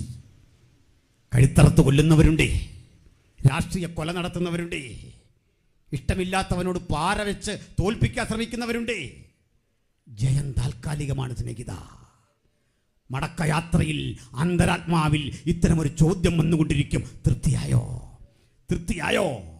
വളഞ്ഞ വഴിക്ക് മേലുദ്യോഗസ്ഥരെ സ്വാധീനിച്ച് നല്ല വിധി സമ്പാദിച്ചു കാണും, രക്ഷപ്പെട്ടു എന്ന് കരുതി കാണും. പക്ഷേ അന്തരാത്മാവിൽ ഇതിങ്ങനെ ചോദിച്ചുകൊണ്ടിരിക്കും, സുഖപ്പെട്ടോ, സന്തോഷമാണോ, സന്തോഷമാണോ? ക്ഷമിക്കണം, ഞാൻ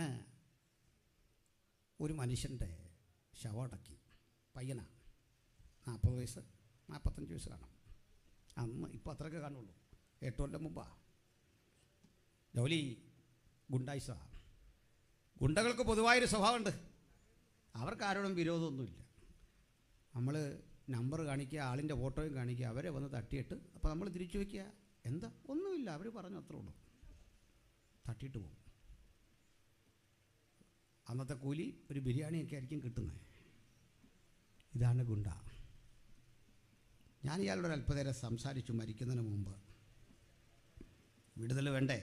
നമുക്കിതൊക്കെ മാറണ്ടേ? ശരീരത്തിനൊന്നും വയ്യ. വേണ്ട പാസ്റ്റർ, ഞാൻ ചെയ്തു വെച്ച കുറ്റകൃത്യങ്ങൾ വെച്ച് നോക്കിയാൽ വേണ്ട, ജീവിക്കാൻ ഭയം.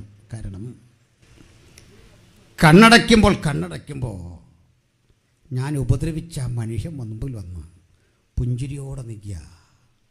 ഉറങ്ങാൻ വയ്യ. ഈ മനുഷ്യരെ സ്വപ്നം കാണുക. ഇത് ഹാലൂസിനേഷൻ എന്നോ സൈക്കോളജിയോ എന്നൊക്കെ നിങ്ങൾ പറഞ്ഞോ, കുഴപ്പമില്ല. പക്ഷേ ഇയാൾക്കിതൊരു യാഥാർത്ഥ്യമാണ്. ഇയാളെ ഇത് ഇറിറ്റേറ്റ് ചെയ്യുക. അവിടെ ആ ഭക്തൻ പറഞ്ഞത്, ഞാനോ സമാധാനത്തോടെ കിടന്നുറങ്ങും. നീയല്ലോ യഹോവേ എന്നെ നിർഭയം വസിക്കുമാറാക്കുന്നത്. ശൗലിനെ കൊല്ലാൻ നിരന്തരം അവസരം കിട്ടും. യജമാനനായ രാജാവേ, ഞാൻ നിന്നെ കൊല്ലൂല. നീ യഹോവയുടെ അഭിഷിക്തൻ. പ്രതികാരം ചെയ്യാൻ മനസ്സില്ലാതെ മാറി നടന്നവനെ തേടി ദൈവത്തിൻ്റെ അനുഗ്രഹകരം വന്ന പോലെ നമ്മയും കാത്ത് കാത്ത് കാത്ത് ഒരു നിയുക്തമായ അഭിഷേകം, ഒരു പുത്തൻ ഉണർവ്, ഒരു പുത്തൻ നിയോഗം ദൈവം കരുതി വെച്ചിട്ടുണ്ട്. എത്ര പേർക്ക് ഇന്ന് രാത്രി വേണം ആ ദൈവ സാന്നിധ്യം? പകയുടെ ഹൃദയം പോകട്ടെ. നമ്മുടെ ഉള്ളത്തിൽ നിന്ന് അത്തരം ചിന്തകളും മാറി ഒരു നിഷ്കളങ്ക മനസ്സിനെ തിരിച്ചു പിടിക്കാൻ കഴിയുന്നിടത്ത ഉണർവിന്റെ വ്യാപനം ദൈവം ശക്തിപ്പെടുത്തുന്നത്. നമുക്ക് ഒരുമിച്ച് വേണം അത്. നമ്മളിലെല്ലാം ഉണ്ട് കുഴപ്പം. ഞാൻ തികഞ്ഞു നിന്ന് പറയല്ല. ഞാൻ ഇങ്ങോട്ട് വരുമ്പോൾ ആദ്യം പ്രാർത്ഥിച്ചത്, കർത്താവേ എന്നോട് സംസാരിക്കണേ. എൻ്റെ മാത്രം അനുഭവമല്ല. പ്രസംഗിക്കുന്ന ദിവ്യാസന്മാരോട് ചോദിക്ക്, ഞങ്ങളൊക്കെ പ്രസംഗിക്കാൻ നിന്ന നിങ്ങൾക്ക് 5 അടി തരുമ്പോൾ 10 അടി തമ്പുരാൻ അറിയാതെ തരുന്നുണ്ട്. പാഴ്സൽ കണക്കിന് ഉണ്ടെന്ന്. അത് വിജയപ്രദമായ ശുശ്രൂഷയിൽ തിരിച്ചും കിട്ടിയ അടി. നമുക്കൊന്ന് ജയമെടുക്കാം. നമുക്ക് സന്തോഷചിത്തരായി വേണം ആ വചനത്തോട് പ്രതികരിച്ചു കൊണ്ടിരിക്കാൻ. ഹൃദയത്തിൻ്റെ ഉള്ളിൽ നിന്ന് വേണം ദൈവത്തിന് മഹത്വം അർപ്പിക്കാൻ. ഇങ്ങനെയുള്ള മനുഷ്യരെ തൊട്ടു നിർത്തുമ്പോൾ അപ്പോസ്തലൻ പറയണേ, എങ്ങനാ ഒരുവൻ മരിച്ചു കഴിഞ്ഞാൽ പിന്നെന്താ തീർന്ന്? ഈ ചോദ്യം അവർ കുറെ കൂടി കൃത്യതയോടെ ചോദിച്ചു. ഒരു കണക്കിനത് ഗുണമായി. കാരണം ഇവർ ഈ ചോദ്യം ചോദിച്ചുകൊണ്ടാണ് നമുക്ക് ഈ ഉത്തരം കിട്ടിയ പൗലോസിൻ്റെ ഒക്കെ. നിരീശ്വരൻ ഈ ചോദ്യം ചോദിച്ചു. നമ്മൾ പലപ്പോഴും ഈ ഡിബേറ്റിനൊക്കെ പോകുമ്പോൾ ഇവരോരോ ചോദ്യം ചോദിക്കുമ്പോൾ നമ്മുടെ ആൾ ഫ്രണ്ടിൽ ഇരുന്ന് ചൂടാവും. ഇവനെ ഒതുക്കാൻ അതിലും പാട്. അവനൊരു നിങ്ങളോട് മാത്രമാണ് രഹസ്യം പറയാം. ഞങ്ങളൊരു ബുദ്ധിമുട്ടിയെ ഇവനെ ഇങ്ങനെ പ്രകോപിതനാക്കി വെച്ചേക്കുന്നത്. നമ്മൾ കയറി അതിലും വലിയ പ്രകോപിതരായി കഴിഞ്ഞാൽ ഇങ്ങനെയൊക്കെ ഒന്ന് പണ്ടൊരു കൊച്ചെ നമ്മുടെ രക്ഷിക്കപ്പെട്ടൊരു അച്ചാൻ്റെ അടുത്ത കാലത്ത് രക്ഷിക്കപ്പെട്ടൊരു അച്ചാൻ്റെ അടുത്ത് ഇറച്ചി വാങ്ങാൻ പോയി. കശാപ്പായിരുന്നു. അവന് കൊമ്പം മീശയെ കണ്ട, അതും കളഞ്ഞില്ല. നല്ല മനുഷ്യനാണ് പുള്ളിക്കാരൻ. ഈ തൂങ്ങിക്കിടക്കുന്ന മാംസത്തിൻ്റെ ഒരു ഭാഗം വെട്ടിയിട്ട് കൊച്ചിൻ്റെ അടുത്ത് ചോദിച്ചു, രക്ഷിക്കപ്പെട്ടോന്ന് ചോദിച്ചു. കൊച്ചു പറഞ്ഞു രക്ഷിക്കപ്പെട്ടു. അതങ്ങോട്ട് വെച്ചിട്ട് ഒറ്റ വെട്ടിയിട്ട് ചോദിച്ചു, സ്നാനപ്പെട്ടോന്ന് ചോദിച്ചു. സ്നാനപ്പെട്ടു. ഒരു 5-6 ഞുറുക്കി വിട്ടിട്ടു, അഭിഷേകം പ്രാപിച്ചു. കൊച്ചൊരൊറ്റ ഓട്ടമായിരുന്നു. ഇയാൾ നല്ല ബോധത്തോടെ ചെയ്താ, പക്ഷെ പറ്റിയെന്താ? അത് ദോഷം ചെയ്താൽ ചിലർ പരസ്യത്തിന് പോവില്ലേ, ആ കൂടെ നിന്നാൽ മതി. പരസ്യത്തിന് ചില ശല്യക്കാരുണ്ട്. സുവിശേഷം പറയുമ്പോഴും ഉണ്ട്. എന്താ, ഒരാൾ പറഞ്ഞുകൊണ്ടിരിക്കുമ്പോൾ എൻ്റെ ഇടവഴി കയറി പറയുക. എനിക്കൊരു അനുഭവം ഉണ്ട് കേട്ടോ, അതവിടെ ഇരിക്കട്ടെ തൽക്കാലം. അയാൾ പറഞ്ഞോളൂ. ആ മനുഷ്യന് വേണ്ടി പ്രാർത്ഥിച്ചുകൊണ്ട് നിൽക്കും മൗനമായിട്ട്. കാരണം നമ്മളീ പറയുന്ന സാഹിത്യം കേട്ടൊന്നുമല്ല മനുഷ്യൻ രക്ഷിക്കപ്പെടുന്നത്. ഡിബേറ്റ് പോലും അല്ലെന്ന്. അതൊക്കെ എന്തിനാണെന്നറിയണ്ട, ഉറപ്പിക്കാനാണ്. ക്രിസ്ത്യ വിശ്വാസത്തിൻ്റെ ധൈര്യവും അചഞ്ചലതയും പബ്ലിക്കിന് ബോധ്യപ്പെടുത്താനുള്ള അതൊക്കെ. ഹല്ലേലൂയ. ആ പിന്നല്ലേ. അപ്പോൾ വിഷയത്തിലേക്ക് വരണം. ഇവിടെ പലസ് ഈ ചോദ്യം അങ്ങോട്ട് ചോദിക്കുക, ഇതൊക്കെ ശരിയാ സാറേ, പക്ഷേ ഈ മരിച്ചു പോയി 10,000-2000 വർഷം മുമ്പുള്ളൊരു മനുഷ്യൻ എങ്ങനെ ഉയർക്കും? ഇനി ഇത്രയും വർഷമായില്ലേ? അതിലൊരു ചെറിയ ശരി പോലെ നമുക്കും തോന്നും. എന്താ കാര്യം?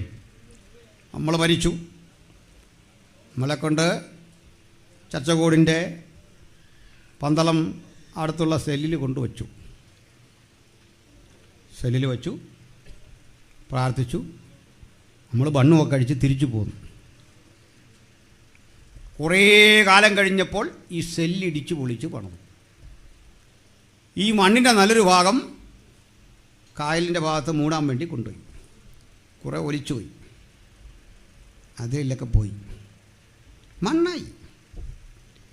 അന്ത്യകാഹളം കേൾക്കുമ്പോൾ ഞാൻ എവിടെ നിന്ന് ഉയർക്കും? വേണേ പറയാ സമുദ്രം തന്നിലുള്ളവരെ ഏൽപ്പിച്ചു കൊടുത്തുവോ? നമ്മുടെ കാര്യമല്ല, പാവിയുടെ കാര്യമാണ്. കാരണം അവനെ ഏൽപ്പിച്ചു കൊടുക്കാൻ ചില സാധനം ഇവിടെ കിടപ്പുണ്ട്, നമ്മുടെ ഒരു വസ്തു ഇവിടെ ഇല്ല. കാരണം എന്താ? മൺമയൻ്റെ പ്രതിമ ധരിച്ച പോലെ വിൺമയൻ്റെ, നമ്മുടെ വേറെയാ ബോഡി. അതെങ്ങനെ എന്നാലും ഇത്രയും വർഷമായൊരു സാധനമല്ലേ? അവിടെ പഠിക്കണ്ട. ഇത്രയും വർഷം ആർക്കാന്നറിയോ? നമുക്കാ. മനസ്സിലായില്ല. സ്തെഫാനോസിൻ്റെ തലയെറുത്തു കൊന്നു, കല്ലെറിഞ്ഞു കൊന്നു. സ്നാപകൻ്റെ ഉടലൊരിടത്ത്, തല ഒരിടത്ത്. പൗലോസിനെ ഈർച്ചവാളിനാൽ കൊന്നു. ആ ബോഡിയൊക്കെ 2000 ആണ്ട് കഴിഞ്ഞപ്പോൾ ഉയർക്കുമോ? എന്താണതിൻ്റെ സാധ്യത? ആ ചോദ്യം ഒരാൾ ഉന്നയിച്ചാൽ ഒരു തെറ്റുമില്ല. പക്ഷെ ഉത്തരം ഞാൻ പറയാം. നമുക്കാണേ 2000 വർഷം. എങ്ങനെ 2000 വർഷം എന്നറിയണ്ടേ? ഈ ഭൂമി ഇങ്ങനെ കറങ്ങുക. ഇവിടുന്ന് അങ്ങോട്ട് പൊങ്ങിക്കഴിഞ്ഞാൽ ഈ കറക്കം നമുക്ക് ബാധകമല്ല. ഇവിടെ കിടന്ന് ഇത് കറങ്ങും. നമ്മുടെ മാറി. മനസ്സിലായില്ല? ഞാനതിനെ ഓരോ എസ്കറ്റോളജിക്കകത്തൊരു ചോദ്യം ചോദിച്ചേ, നമ്മൾ 7 കൊല്ലം മധ്യാകാശത്തിൽ വസിക്കുന്ന. ഞാനൊരാൾ ചോദിച്ചു, കലണ്ടർ മനോരമ തന്നെയാണോ? അന്നേരം കാരണം എന്താ? ഭൂമി കറങ്ങുന്നതിനല്ലേ ഒരു ദിവസം എന്ന് പറയുന്നേ. നമ്മൾ പൊങ്ങി മുകളിലോട്ട് പോയി കഴിഞ്ഞാൽ പിന്നെ എങ്ങനെ കിട്ടും? ഈ കണക്ക് വെച്ചെങ്ങനെ ആ കണക്ക് കൂട്ടുന്നത്? മനസ്സിലായില്ല? ഇങ്ങനെ ഉൽപ്പത്തിയിലെ സൃഷ്ടി. ഉൽപ്പത്തിയിലെ സൃഷ്ടിയെപ്പറ്റി പറയുന്ന ഭൂമിയിൽ നിന്നല്ല. ദൈവം ഭൂമിയിൽ നിന്ന് 1-ാം ദിവസം, 2-ാം ദിവസം, 3-ാം ദിവസം എന്ന് പറഞ്ഞെങ്കിൽ ഇത് ശരിയാ. ഭൂമി സൃഷ്ടിക്കുന്നതും പ്രപഞ്ചം സൃഷ്ടിക്കുന്നതുമൊക്കെ അതിൻ്റെ സെൻറ്റർ, ആ ന്യൂക്ലിയസ് എന്ന് പറയുമല്ലോ, അതെങ്ങനെ ഭൂമിയാകുന്നത്? കാരണം ഭൂമിയും സൃഷ്ടിക്കണം. അതുപോട്ടെ, യോം എബ്രായവത സൃഷ്ടിച്ചതിന് ഈ ദിവസത്തിന് കൊടുത്തിരിക്കുന്നത്. അതിലും അനുഗ്രഹിക്കപ്പെട്ടൊരു കാര്യം കേൾക്കണം. സന്ധ്യയായി ഉഷസ്സുമായി 1-ാം ദിവസം, 2-ാം ദിവസം, 3-ാം ദിവസം തുടങ്ങുന്നത് എങ്ങനെയാണെന്നറിയോ? സന്ധ്യയായി എന്നും പറഞ്ഞു. അങ്ങനെയാണോ ദിവസം തുടങ്ങണ്ടേ? സന്ധ്യയായി ഉഷസ്സായി. ജൂതന്മാരിന്നും അങ്ങനെയാണ്. വൈകിട്ട് 6 മണിക്കാണ് ഒരു ദിവസം. മനസ്സിലായല്ലോ? 6 മണിക്കാണ് അവരുടെ ഒരു ദിവസം ആരംഭിക്കുന്നത്. നമുക്ക് രാവിലെ 6 മണിക്ക് തുടങ്ങുന്നത്. ചന്ദ്രനാണ് അവരുടെ പഞ്ചാംഗം. അവൻ കാലനിർണയത്തിനായി ചന്ദ്രനെ നിയമിച്ചു. ഇതാ വചനം. 360 ദിവസമേ ഉള്ളൂ. നമുക്ക് 65 കാരണം സോളാർ. അപ്പോൾ ഈ ക്രമമനുസരിച്ച് സൃഷ്ടി ഇങ്ങോട്ട് നടപ്പിലാക്കി വരുമ്പോൾ 7-ാം ദിവസം പറയുകയാണ്, 7-ാം ദിവസം ദൈവം സ്വസ്ഥനായിരുന്നു. പക്ഷെ വിലപിടിപ്പുള്ളൊരു പ്രയോഗം അവിടെ ഇല്ല. സന്ധ്യായുഷസുമായി 7-ാം ദിവസം ഇല്ല. അപ്പോൾ പിന്നെ അതെങ്ങനെ ആയിരിക്കാം? 6 വരെ കൃത്യം വന്നു, 7-നില്ല. എബ്രായലനക്കാരൻ പൂരിപ്പിക്കുക, ദൈവത്തിൻ്റെ ജനത്തിന് ഒരു സ്വസ്ഥത ശേഷിച്ചിരിക്കുന്നു, ഒരു ശബത്തനുഭവം, ഒരു സബാറ്റിക്കൽ ഇയർ ശേഷിച്ചിരിക്കുന്നു. അപ്പോൾ ഇന്ന് കഴിഞ്ഞ ദിവസം മരിച്ചുപോയ നമ്മുടെ പ്രിയപ്പെട്ട കുഞ്ഞുണ്ടല്ലോ, അവളും സ്തെഫാനോസും പൗലുസും ഒക്കെ ഉയർക്കുന്ന സമയക്രമം ഭൂമിയിലെ 2000 അല്ല, ഒരു സ്വർഗീയ ക്രമം. അതുകൊണ്ടൊരു നൊടിയിട പോലെ ഇത് ഫീൽ ചെയ്യുമോ? ഒരു നൊടിയിട. ഹല്ലേലൂയ. കണ്ണ് ഇമയ്ക്കുന്ന ഇടയിൽ അത്രയും ടൈമിനുള്ളിൽ നമ്മൾ ട്രാൻസ്ഫോംഡ് ആകും. ഹല്ലേലൂയ. മരിച്ചവർ അക്ഷരാട്ടുയർക്കും. ഈ വലിയൊരു തത്വം പൗലോസിന് പറയണമെന്നുണ്ട്. ചുമ്മാ കയറി പറയാൻ പറ്റുമോ? അങ്ങനെ ഇരിക്കുമ്പോൾ ഒരു ചോദ്യം കൊരിന്തിൽ നിന്ന് വരിക, എങ്ങനെ ഉയർക്കും? സാറ് പറഞ്ഞിട്ട് പോ. ചോദ്യം ചോദിച്ചവനെ കയറൊരു വിളി, മൂഢ. ഉഗ്രൻ ചോദ്യം ചോദിച്ച് ഉത്തരം എങ്ങനെ? മൂഢ. ചിലതരം പരീക്ഷ എങ്ങനെ? നമ്മൾ വലിയ കാര്യമായിട്ടായിരിക്കും അങ്ങോട്ട് ചോദിക്കുന്നത്, ഉത്തരം വളരെ സിമ്പിളായിരിക്കും. അങ്ങനെയാണ്. ഞാൻ പതിവായി പലയിടത്തും പറയുന്ന കുട്ടികൾക്കൊക്കെ വേണ്ടി പറയുന്നൊരു കാര്യമുണ്ട്. ന്യൂട്ടൻ്റെ അടുത്ത് ഒരു കൂട്ടുകാരൻ സയൻറ്റിസ്റ്റ് ഉണ്ടായിരുന്നു, മാത്തമാറ്റീഷ്യൻ. ന്യൂട്ടൻ വിശ്വാസിയായിരുന്നു, രക്ഷിക്കപ്പെട്ട് സ്നാനപ്പെട്ട ആളായിരുന്നു. ബൈബിളിലെ വെളിപ്പാട് പുസ്തകത്തിനൊക്കെ പഠനം നടത്തിയ ആളാണ്. അവിടെ തന്നെ ന്യൂട്ടൻ ഒറ്റപ്പെട്ടാണ് ഇവർക്കിടയിൽ. അപ്പോൾ ഒരുത്തൻ പറഞ്ഞു, ഈ ന്യൂട്ടൻ ഈ പറയുന്ന പോലെ വലിയ ബുദ്ധിജീവിയൊന്നുമല്ല. ഞാൻ അയാളെ കുരുക്കാം. ഞാനൊരു പ്രോബ്ലം ഇട്ട് കൊടുക്കാം. ഒരു മാത്തമാറ്റിക്കൽ പ്രോബ്ലം ഇട്ടിട്ട് ന്യൂട്ടൻ അയച്ചു കൊടുത്തിട്ട് പറഞ്ഞു, 1 മാസം എടുത്ത് മറുപടി. ഇല്ല, പിന്നെ ഇയാൾക്ക് ഇത് ചെയ്യാൻ കഴിയല്ലേ, പരാജയം സമ്മതിച്ചേക്കണം. ഇത് ചെയ്യാൻ ന്യൂട്ടൻ 2-3 മിനിറ്റ് മതിയായിരുന്നു. ചെയ്ത് ബുദ്ധിമാനായ ന്യൂട്ടൻ തൻ്റെ പേര് ഒപ്പൊന്നും വെക്കാതെ വണ്ടി ഓടിക്കുന്ന ഡ്രൈവറോട് പറഞ്ഞു, ഇത് നീ ചെയ്തായിട്ട് പറഞ്ഞേക്കണം, ഇതാ കൊടുത്തേക്കാൻ. പോയ വേഗത്തിൽ ഡ്രൈവർ കൊണ്ട് കൊടുത്തു. അങ്ങോട്ട് നോക്കിയിട്ട് ആ മാത്തമാറ്റീഷ്യൻ പറഞ്ഞ ഒരു പ്രയോഗമുണ്ട് ചരിത്രത്തിൽ, താങ്കും അങ്ക്വി ലിയോണം. എന്നാ മനസ്സിലായി? അയാളിങ്ങനെ പറഞ്ഞു, അന്യഭാഷ എന്ന് മനസ്സിലായില്ലേ? താങ്കും അങ്ക്വി ലിയോണം. അതിലൊരു പദം ഓർമ്മ വരുന്നു, ലിയോണം, ലയൺ. ഇതിൽ ആ സിംഹത്തിൻ്റെ കരസ്പർശമുണ്ടെന്ന് എനിക്ക് ഉറപ്പാണ്. ആരാ? അപ്പോൾ പരീക്ഷ ഇട്ടവനൊരു വലിയ പരീക്ഷ, ഉത്തരം എഴുതിയവനിതൊരു ഉത്തരമല്ല. പൗലോസിൻ്റെ അടുത്തൊരു കട്ടി ചോദ്യം, ഉത്തരം വളരെ സിമ്പിൾ, മൂഢ. മരിച്ചവർ ഏതുവിധം ഉയർക്കുമെന്നാണോ നിൻ്റെ ചോദ്യം? എന്നിട്ടേ ആ ഉത്തരത്തിൻ്റെ കൂടെ ഒരുവനെ കൂടെ നിർത്തി, അത് യേശുവിനെയാണ്. നോക്ക യേശുവിനെ, ഇത് പഠിക്കാനുണ്ട് യേശു എന്ന വ്യക്തിത്വത്തെ. കാരണം നമ്മുടെ ശരീരത്തെപ്പറ്റി ഏറ്റവും പഠിക്കുന്ന ആൾ ഡോക്ടറാണ്. അങ്ങനെ ഡോക്ടർമാർക്ക് ഏറ്റവും അത്യാവശ്യമുള്ള സാധനം നമ്മുടെ ശവശരീരമാണ്. ജീവിച്ചിരിക്കുന്ന നമ്മളെക്കുറിച്ച് പഠിക്കാൻ മരിച്ചവൻ്റെ ബോഡി വേണം, ശവശരീരം വേണം.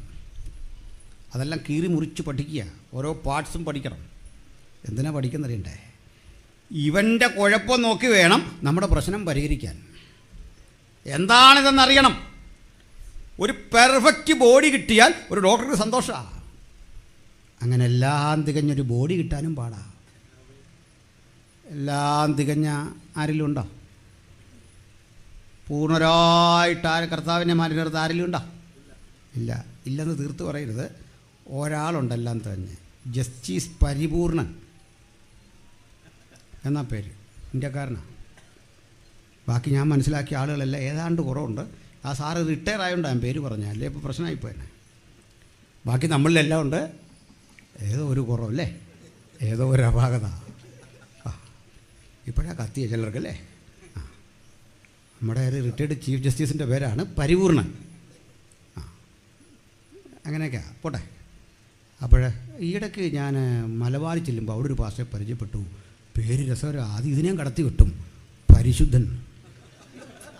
അതെന്ന് അവിടെ പറയാം, പരിശുദ്ധം പാസ് മുമ്പോട്ട് ഒന്ന് പ്രാർത്ഥിക്കാം. ഞാൻ അടുത്തുകൂടാത്ത വിശുദ്ധി കാരണം പുള്ളിക്കൊരു ബുദ്ധിമുട്ടുണ്ടാകണ്ടെന്ന് കരുതി മാറിയിരുന്നു. നേരായ കാര്യമാണ്, പോട്ടെ. അദ്ദേഹം കേൾക്കുന്നത് ക്ഷമിക്കണം, ഞാൻ പറഞ്ഞു പോയതായിരുന്നു കാര്യത്തിന്. ദൈവമക്കളെ, ഇപ്പോൾ ഓൺലൈൻ ആയതുകൊണ്ട് നമുക്കൊന്നും പറയാനും വയ്യാത്തൊരു കാലമാണ്. എന്തിനാ പറഞ്ഞേ? അപ്പോൾ ഇവിടെ ഡോക്ടർ പെർഫെക്റ്റ് ഹ്യൂമൻ ബീയിങ്ങിനെ കിട്ടാൻ വേണ്ടി കാത്തിരിക്കുമ്പോൾ ഇങ്ങനെ ഇരുന്നാൽ കിട്ടൂല. ഡോക്ടറെ ആകാംക്ഷ അതാണ്. സ്റ്റിച്ച് ചെയ്യുന്ന ആൾ നമ്മുടെ ഉടുപ്പിലേക്ക് നോക്കിക്കൊണ്ടിരിക്കും, തയ്യൽ പഠിച്ചോണ്ട്.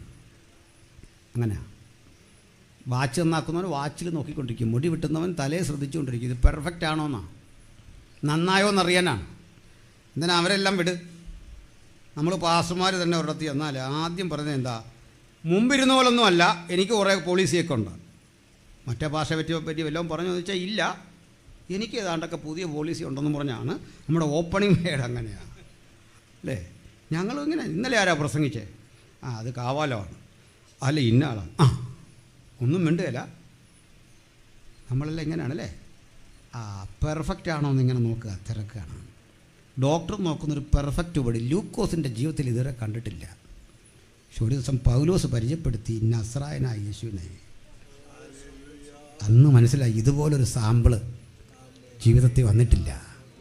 അടിയേറ്റ്, ഇടിയേറ്റ്, പീഡയേറ്റ്, മാനസികമായി തകർത്തിട്ടും മണ്ണോട് മണ്ണ് ചേരാൻ അനുവദിക്കാതെ, ദ്രവത്വത്തിന് വിട്ടുകൊടുക്കാതെ, കോടാനുകൂടി കരുത്തോട് ഉയർത്തെഴുന്നേറ്റ് നിൽക്കുന്ന നസ്രായനായ യേശുവിനെ പൗലോസ് അങ്ങോട്ട് പരിചയപ്പെടുത്തി കൊടുക്കുമ്പോൾ ലൂക്കോസ് അക്ഷരാർത്ഥത്തിൽ കണ്ടില്ല.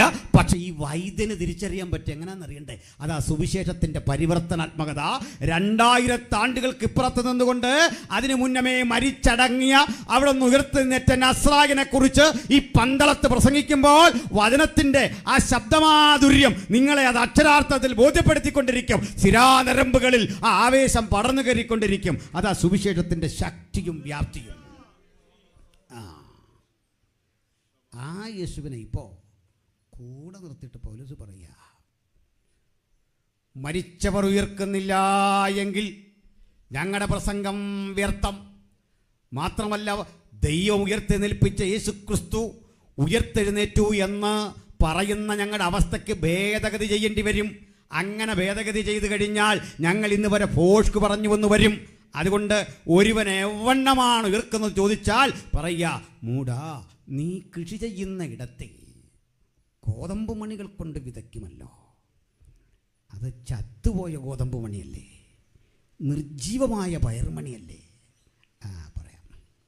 ചത്തുപോയി നിർജീവമായി എന്ന് പറഞ്ഞാൽ കൃഷി ചെയ്യുന്ന കർഷകനറിയാം. വിത്തിന് ശേഖരിച്ച ധാന്യം ചാരവും വെള്ളവും വളവുമൊക്കെ ചേർത്ത് ഒരു കിഴി കെട്ടി പണ്ട് നമ്മളിങ്ങനെ പുക കിട്ടാൻ സൂക്ഷിച്ചു വെക്കും. അതിനുള്ളിലെ ജലാംശം പറ്റി ജീവൻ്റെ സകല അണുക്കളും അപ്രസക്തമായി ഉണങ്ങിക്കരിഞ്ഞു. ഇതുകൊണ്ട് കുഴിയെടുത്ത് കുഴിയിലേക്കിടുമ്പോൾ ഇത് തന്നെ ശവസംസ്കാരം. കുഴിച്ചകത്തേക്കിട്ടു. ഇതിനൊരു പ്രത്യേകതയുണ്ട്, അത് ഞാൻ പറയാം. ലോകത്തിൽ നമ്മൾ കണ്ടുപിടിക്കപ്പെട്ടതിൽ ഏറ്റവും വലിയ പവർ ആകർഷണമാണ്. ഭൂമിയുടെ ആകർഷണം, ലോ ഓഫ് ഗ്രാവിറ്റി അല്ലേ? അങ്ങനെയാണ്. അതാണ് കൊച്ചു കുട്ടികൾക്കൊക്കെ ചില ദിവസങ്ങളിൽ കാലിന് വല്ലാത്ത വേദന വരും. വല്ലാത്ത വേദന. ഫ്ലാറ്റിൽ താമസിക്കുന്നവർക്കും ഒക്കെ ശരീരത്തിന് വേദന. അങ്ങനെയില്ലേ? എൻ്റെ മകന് തീരെ കുട്ടിയായിരിക്കും. ഇപ്പോൾ അവൻ BCAക്ക് പഠിക്കുക, ഇളയ മകൻ. ഒരു ചോദ്യം വന്നു സ്കൂളിൽ. നമ്മൾ മല കയറുകയോ വലിയ ബിൽഡിങ്ങുകൾ പടിക്കെട്ടുകൾ നടന്ന് കയറുകയോ ചെയ്യുന്ന മുകളിലേക്ക് കയറുമ്പോൾ അസ്വസ്ഥത അനുഭവപ്പെടുന്നത് എന്തുകൊണ്ട്? ചോദ്യത്തിന് അവൻ ഉത്തരം എഴുതി, അതങ്ങനെ കയറുന്നത് കൊണ്ട് തന്നെയാണ്. നിലത്ത് നിന്ന് ഇത് വരുമോ? ഇല്ല. മലമുകളിലേക്ക് കയറുമ്പോൾ കാലിന് അസ്വസ്ഥത വരാൻ കാരണം എന്താ? നമ്മൾ കയറുന്നുണ്ട്, അല്ലേ? അത് വരത്തില്ല. മാർക്ക് കൊടുക്കാവില്ലോ എന്ന് എനിക്കറിയില്ല. അതിൻ്റെ കാരണം ഇതാ, ലോ ഓഫ് ഗ്രാവിറ്റി. ഭൂമി പറയാം വേണ്ട വേണ്ട വേണ്ട പോകണ്ട, നമ്മൾ പറയാം പോകണം.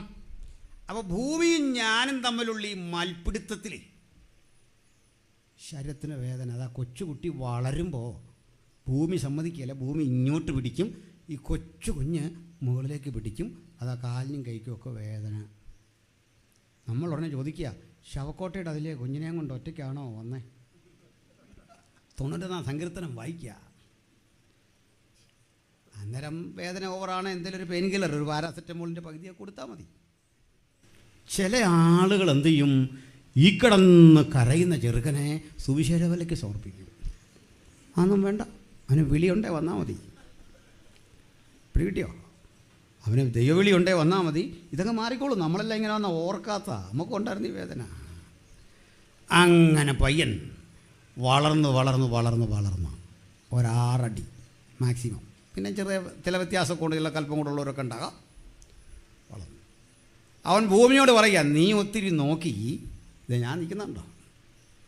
ഭൂമിക്കുള്ള ഓടുമ്പോൾ നടക്കുമ്പോൾ മല കയറുമ്പോഴൊക്കെ ഈ ഗ്രാവിറ്റിയെ വെല്ലുവിളിച്ചുകൊണ്ട് നമ്മളിൽ നടക്കുക. നീ നോക്കി എന്നെ തോൽപ്പിക്കാൻ തോറ്റില്ല. എല്ലാം കഴിഞ്ഞു. ഇതൊരു റിവേഴ്സ് പവറിലേക്ക് തിരിച്ചു വരും. അവസാനം വന്ന് ഭൂമി പറയും, എന്നാ വാ നമുക്ക് പോയാലോ? ആ വിളിയുടെ പേരാ മരണം. അങ്ങനെ അവൻ ഏറ്റവും അധികം ഗ്രാവിറ്റി ഉള്ള സ്ഥലത്തേക്ക് ചെല്ലും.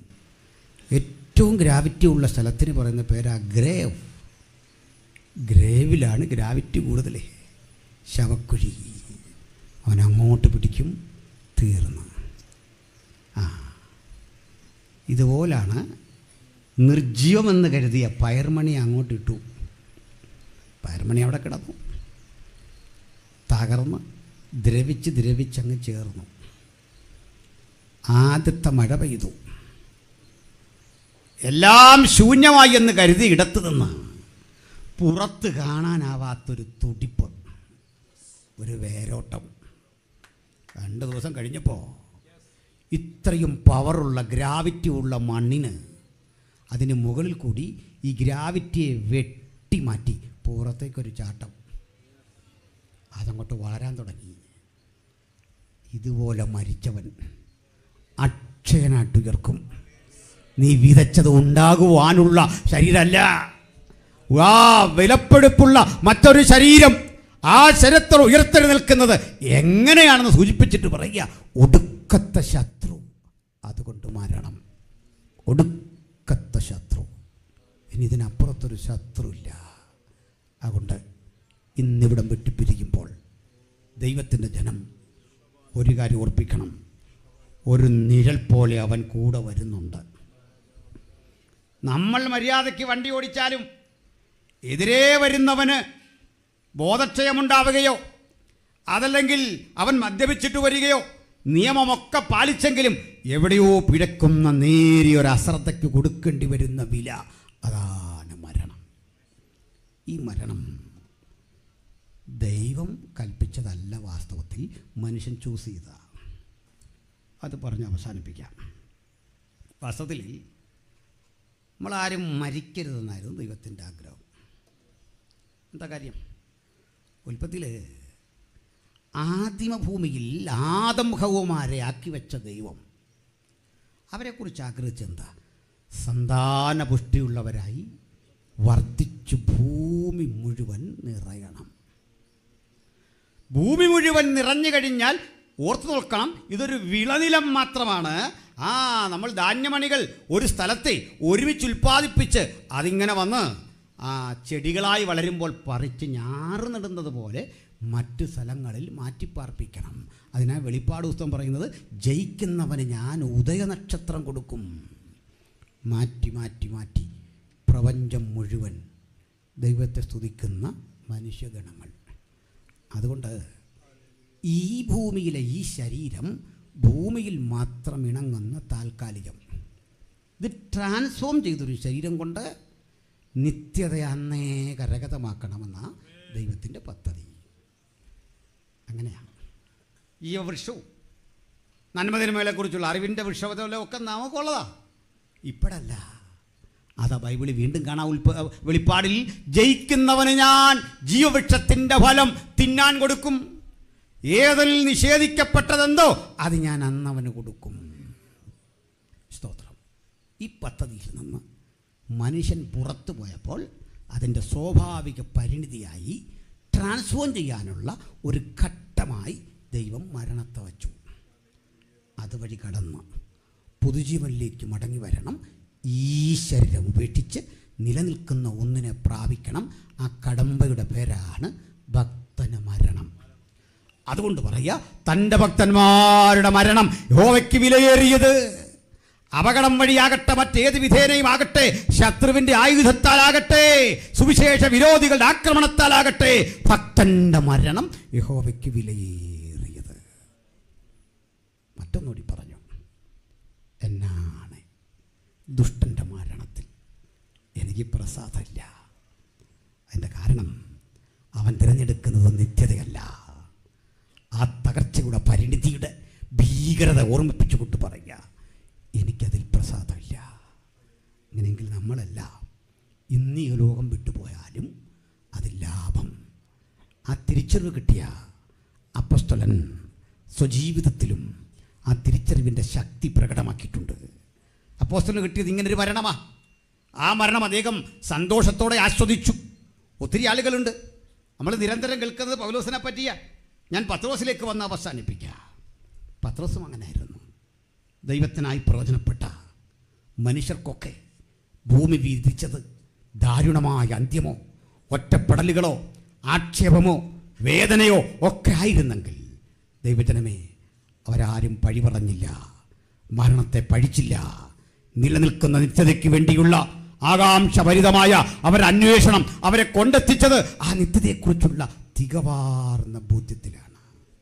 തികവാർന്ന ബോധ്യത്തിൽ ബ്രാലേനം പറയുന്നുണ്ട്, വിശ്വാസത്താൽ അവർ സിംഹങ്ങളുടെ വായടച്ചു, തീയുടെ ബലം കെടുത്തി. നമ്മളിതിനെന്താ പേര് പറയുന്നത്? നിങ്ങൾ വിശ്വാസത്താൽ ആക്രമിക്കാൻ വന്ന സിംഹത്തിൻ്റെ വായടച്ചാൽ അതിൻ്റെ പേര് വീര്യപ്രവൃത്തി എന്നാണ്. അതിന്നുകൊണ്ട് നിങ്ങൾ തീയുടെ ബലം കെടുത്തിയെന്ന് വിചാരിക്കുക, അത് ഇന്നും നടക്കും. കൽപ്പിച്ചാൽ അതൊക്കെ സംഭവിക്കും. ഇതൊക്കെ വിശ്വസിക്കുന്നവർക്കുള്ളതാണ് ഈ പ്രമാണം. അത് വിശ്വസിക്കുന്നവരുടെ കൂട്ടമാ പെന്തക്കോസ്. അതിന്ന് സംഭവിക്കുമെന്ന് കരുതുന്നവരുടെ പ്രസ്ഥാനമായത്. ഇതൊക്കെ സഭയിൽ നിന്ന് അന്യം നിന്നിട്ട് ഒരു പ്രായോഗിക നിരീശ്വരത്വം അറിയാതെ എങ്ങനെയൊക്കെയോ വ്യാപരിച്ചിട്ട് തത്വങ്ങളിലൂടെ സഞ്ചരിക്കുന്ന ഒരനുഭവത്തിലേക്ക് നമ്മൾ മാറിപ്പോയി. നമുക്കൊന്ന് തിരിച്ചു വരണം. ആ കൃപാവരങ്ങളെ തിരിച്ചെടുക്കാതെ നമ്മൾ രക്ഷപ്പെടുന്ന പ്രശ്നമില്ല. സഭയിൽ പ്രവചനം യാഥാർത്ഥ്യമാകട്ടെ, വ്യാഖ്യാനപരം യാഥാർത്ഥ്യമാകട്ടെ. സഭയുടെ ഉള്ളിൽ കൃപാവരങ്ങളും ദൂതുകളും ദർശനങ്ങളും സ്വപ്നങ്ങളുമുള്ള യുവതി യുവാക്കന്മാർ വൃദ്ധന്മാർ എഴുന്നേൽക്കട്ടെ. അവരിലൂടെയാണ് ദൈവം മാറ്റത്തിന്റെ സൂചനകൾ നൽകാൻ പോകുന്നത്. അല്ലാതെ മാറ്റമുണ്ടാവില്ല. അത് തിരിച്ചെടുക്കണം. അത് തരാൻ കഴിയുന്നവൻ നമ്മുടെ അരികിലുണ്ട്. അത് കിട്ടാതെ വന്നെന്തുകൊണ്ടാ? അതിനൊറ്റ വഴി. ഞാൻ ഈ നാളുകളിൽ പല സ്ഥലങ്ങളിൽ പറഞ്ഞ ഒരു കാര്യം ഒന്ന് ആവർത്തിക്കാൻ ക്ഷമിക്കണം. ഇതൊക്കെ പ്രതീക്ഷയെങ്കിലും വന്നേ. എനിക്ക് ശക്തിപ്പെടണം, സന്തോഷം ഉണ്ടാകണം, നിത്യതയെക്കുറിച്ചുള്ള വചനം കേൾക്കണം, രൂപാന്തരപ്പെടണം. നിങ്ങളിത് പ്രതീക്ഷിച്ചാൽ വന്നേ. കൂടുതൽ കുറ്റവും നിങ്ങൾക്ക് പറയാനുണ്ട്. യോഗത്തിന് പോയി സന്തോഷം കിട്ടുന്നില്ല, പ്രസംഗിച്ച പാസ്റ്റർ പോരാ, ഉദ്ഘാടകം പോരാ, പാട്ട് പാടിയത് പോരാ, സഭയിൽ ചെന്നു ഞായറാഴ്ച, വ്യാഖ്യാനമില്ല. പണ്ടൊക്കെ ഞാനിത് കേട്ടിട്ടുണ്ട്. പ്രവചനമില്ല. പണ്ടൊക്കെ സഭയിൽ വരുന്ന ദൈവദാസന്മാർ കുറവുകൾ ചൂണ്ടിക്കാട്ടി പറയും. ഇന്നതൊന്നുമില്ല, എനിക്ക് മടുപ്പായി. ഇതൊക്കെ ഒന്ന് തിരിച്ചു പിടിക്കാൻ നിങ്ങളിവിടെ വന്ന, കിട്ടാതെ വന്നപ്പോൾ നിങ്ങൾ കുറ്റം പറഞ്ഞ എന്നെ. എൻ്റെ പ്രശ്നം പറയട്ടെ, ഞാനിതൊക്കെ നിങ്ങൾ തരുമെന്നറിയാൻ ഇവിടെ വന്നേ. അപ്പോൾ എനിക്കിതൊന്നും ഉണ്ടാകാൻ എന്നെ കുറ്റം ലീഡ് ചെയ്ത പാസ്റ്ററുടെയാണ്. അദ്ദേഹം പറയും സെൻട്രൽ ഭാഷയ്ക്ക് ഇതില്ല. സെൻട്രൽ ഭാഷ പറയും ഓവർസീർക്കും കൗൺസിൽ ആർക്കും ഇല്ല. നമ്മളെല്ലാം ഒരുമിച്ച് പറയും ചർച്ചകൂടിയില്ല, IPCയിലുണ്ടോ, ഷാരോൾ അത് വിട്. ഇന്ന് വരെ ഞാൻ ചിന്തിച്ചോ എനിക്കെന്തുകൊണ്ട് ഇതില്ല? ഞാനേ പാസ്റ്ററിൽ തേടിയ പലതും എനിക്കില്ലെന്ന് എനിക്ക് തിരിച്ചറിയാൻ പറ്റില്ല. ഇതാര് തരുമെന്നോർത്താ യേശുവിൻ്റെ കൂടെ കൂടിയേ. എന്താ പ്രവചിക്കാൻ എനിക്ക് തടസ്സം? എന്താ രോഗശാന്തി കൊടുക്കാൻ എനിക്ക് തടസ്സം? എന്താ ക്രിയാത്മകമായ വിധത്തിൽ വീര്യപ്രവൃത്തി കൊടുക്കാൻ എൻ്റെ തടസ്സം ഞാൻ കണ്ടില്ല. അതിൻ്റെ പാപഭാരം നിങ്ങളിൽ തട്ടിയിട്ടിട്ട് ഞാൻ നൈസായിട്ട് ഒഴിഞ്ഞു മാറുന്നു.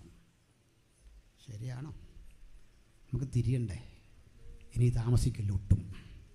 എനിക്കിതൊക്കെ പ്രാപിക്കണം. അതിൻ്റെ രണ്ടാം തലമുണ്ട്. എന്താണെന്നറിയണ്ടേ? സിംഹങ്ങളുടെ വായടച്ചു, വാളിൻ്റെ വായ്ത്തലയ്ക്ക് തെന്നി മാറി. സ്ത്രീകൾക്ക് വിശ്വാസത്താൽ തങ്ങളുടെ മരിച്ചവരെ തിരിച്ചു കിട്ടി. ഇതെല്ലാം വിടുതലാണ്. കൊള്ളാം. രണ്ടാമതൊരു ഭാഗം പറയുക, വേറെ ചിലർ നേരെ അങ്ങ് തിരിച്ചു വെച്ചിട്ട് പറയുക, അവർ പറഞ്ഞു ഞങ്ങൾക്കിതൊന്നും വേണ്ട. എന്താ വേണ്ടാത്തതിൻ്റെ കരുതിയോ? ഏറെ നല്ല ഒരു ഉയർപ്പ് കിട്ടുമെന്ന് കരുതി ഉദ്ധാരണം കൊള്ളാതെ ഭേദ്യമേറ്റു. ചമ്മട്ടി ചങ്ങലയൊക്കെ സഹിച്ചു, മലപ്പാറകളിൽ ഉഴഞ്ഞു നടന്നു, വലഞ്ഞു നടന്നു. ലോകം അവർക്ക് യോഗ്യമായിരുന്നില്ല. സ്വയം ത്യജിച്ചു. ഒരിടത്ത് വീര്യപ്രവൃത്തി, മറുവശത്ത് ത്യജിക്കൽ. ഇത് രണ്ടും അങ്ങോട്ട് രൂപപ്പെട്ടപ്പോൾ അവിടെയാണ് ഉണർവ് രൂപപ്പെട്ടതെങ്കിൽ സഭയ്ക്കുള്ളിൽ രണ്ട് തരം മെമ്പർഷിപ്പുകൾ രൂപപ്പെടണം. തമ്പുരാനെ, നിന്റെ വീര്യപ്രവൃത്തികൾ, നിന്റെ കൃപാവരങ്ങൾ ജ്വലിപ്പിക്കുന്ന ചിലരെ, മറുവശത്ത് ക്രിസ്തു നിമിത്തം സഹനം സഹിക്കേണ്ടി വരുന്ന, ക്രിസ്തു നിമിത്തം പീഡ സഹിക്കേണ്ടി വരുന്ന ഒരു ജനമുണ്ടായാൽ അവർക്ക് വേണ്ടി പ്രാർത്ഥിക്കാൻ ഒരുമ്പെടുന്ന ഒരു ജനത. അങ്ങനെ ആത്മാവിൻ്റെ ഐക്യദാർഢ്യത്തോടെ സഹനത്തിനും പീഡകൾക്കും വില കൽപ്പിക്കുന്ന ഒരു ജനത ഉണരുമോ? പലവട്ടം പട്ടിണി, ഉറക്കിളപ്പ്, ആപത്ത്, വാള് ഇതൊക്കെ സഹിക്കാൻ സന്നദ്ധതയുള്ളവരെ ഈ രാത്രി പരിശുദ്ധാത്മാവ് തിരയുന്നു. അവരുടെ പ്രാർത്ഥനയില ദൈവം വലിയ പ്രവൃത്തികൾ ചെയ്യാൻ പോകുന്നത്. അല്ലാതെ ഞാനും നിങ്ങളും ഇന്ന് ചിന്തിച്ചതുപോലെ ഒറ്റ രാത്രി കൊണ്ട് കോടീശ്വരന്മാരാക്കുമെന്നും സകലവിധ പ്രശ്നങ്ങളും മാറി മറ്റുള്ളവരെ തോൽപ്പിച്ചുകൊണ്ട് നമ്മൾ മുൻനിരയിലേക്ക് എത്തുമെന്നൊക്കെ ഉള്ള ഭൗതിക ബോധത്തിൻ്റെ സുവിശേഷ വ്യാഖ്യാനങ്ങളെ വിട്ടിട്ട് പറയാ, ഞാൻ എൻ്റെ ക്രൂശ് എടുത്ത് എന്നെ തന്നെ ത്യജിച്ച് നിന്നെ ഒന്ന് അനുഗമിക്കാൻ ആഗ്രഹിക്കുന്നു. ക്രൂശ് എടുക്കാൻ മനസ്സുള്ളവരുതാണ് ഇനിയുള്ള കാലഘട്ടത്തിൻ്റെ ക്രിസ്തീയ ജീവിതം. അഭിമാന പുരസരം എനിക്കെന്നെ ഏൽപ്പിച്ച ക്രൂശ് എടുക്കണം. ഇതുവരെ എനിക്കതിൽ വിശ്വസ്ത പുലർത്താൻ കഴിഞ്ഞില്ല. ഒരു പുത്തൻ അനുഭവത്തോടെ പ്രവചനാത്മാവ് എന്നിൽ വ്യാപരിക്കണം, സുവിശേഷത്തിൻ്റെ ആത്മാവ് എന്നിൽ വ്യാപരിക്കണം. ആ പുതിയ നിയോഗത്തിന് ആര് സ്വയം സമർപ്പിക്കും? ദൈവത്തിന് ആവശ്യമുണ്ട് ചിലരെ പ്രസംഗിച്ചെരിഞ്ഞടങ്ങാൻ. ഞാൻ ഈ വാനിയുടെ ചരിത്രം വായിച്ചോലെ മോഡിയുടെ ചരിത്രം വായിച്ചിട്ടുണ്ട്, വില്യം ഖേരിയുടെ ജീവചരിത്രം വായിച്ചിട്ടുണ്ട്, പണ്ഡിത രമാബായിയുടെ വായിച്ചിട്ടുണ്ട്, സെൻ്റ് അഗസ്റ്റിൻ്റെ വായിച്ചിട്ടുണ്ട്. ഇതൊക്കെ വായിച്ചു എന്ന് പറയാനല്ല, അത് വായിക്കുമ്പോഴൊക്കെ ഒരു കുറ്റബോധം. എനിക്ക് ഇന്ത്യയിൽ നിന്നൊരാളെ കിട്ടുന്നില്ല, കേരളത്തിൽ നിന്നൊരാളെ കിട്ടുന്നില്ല. കുറ്റല്ല, എനിക്കങ്ങനൊന്നും ആകാൻ പറ്റുന്നില്ല.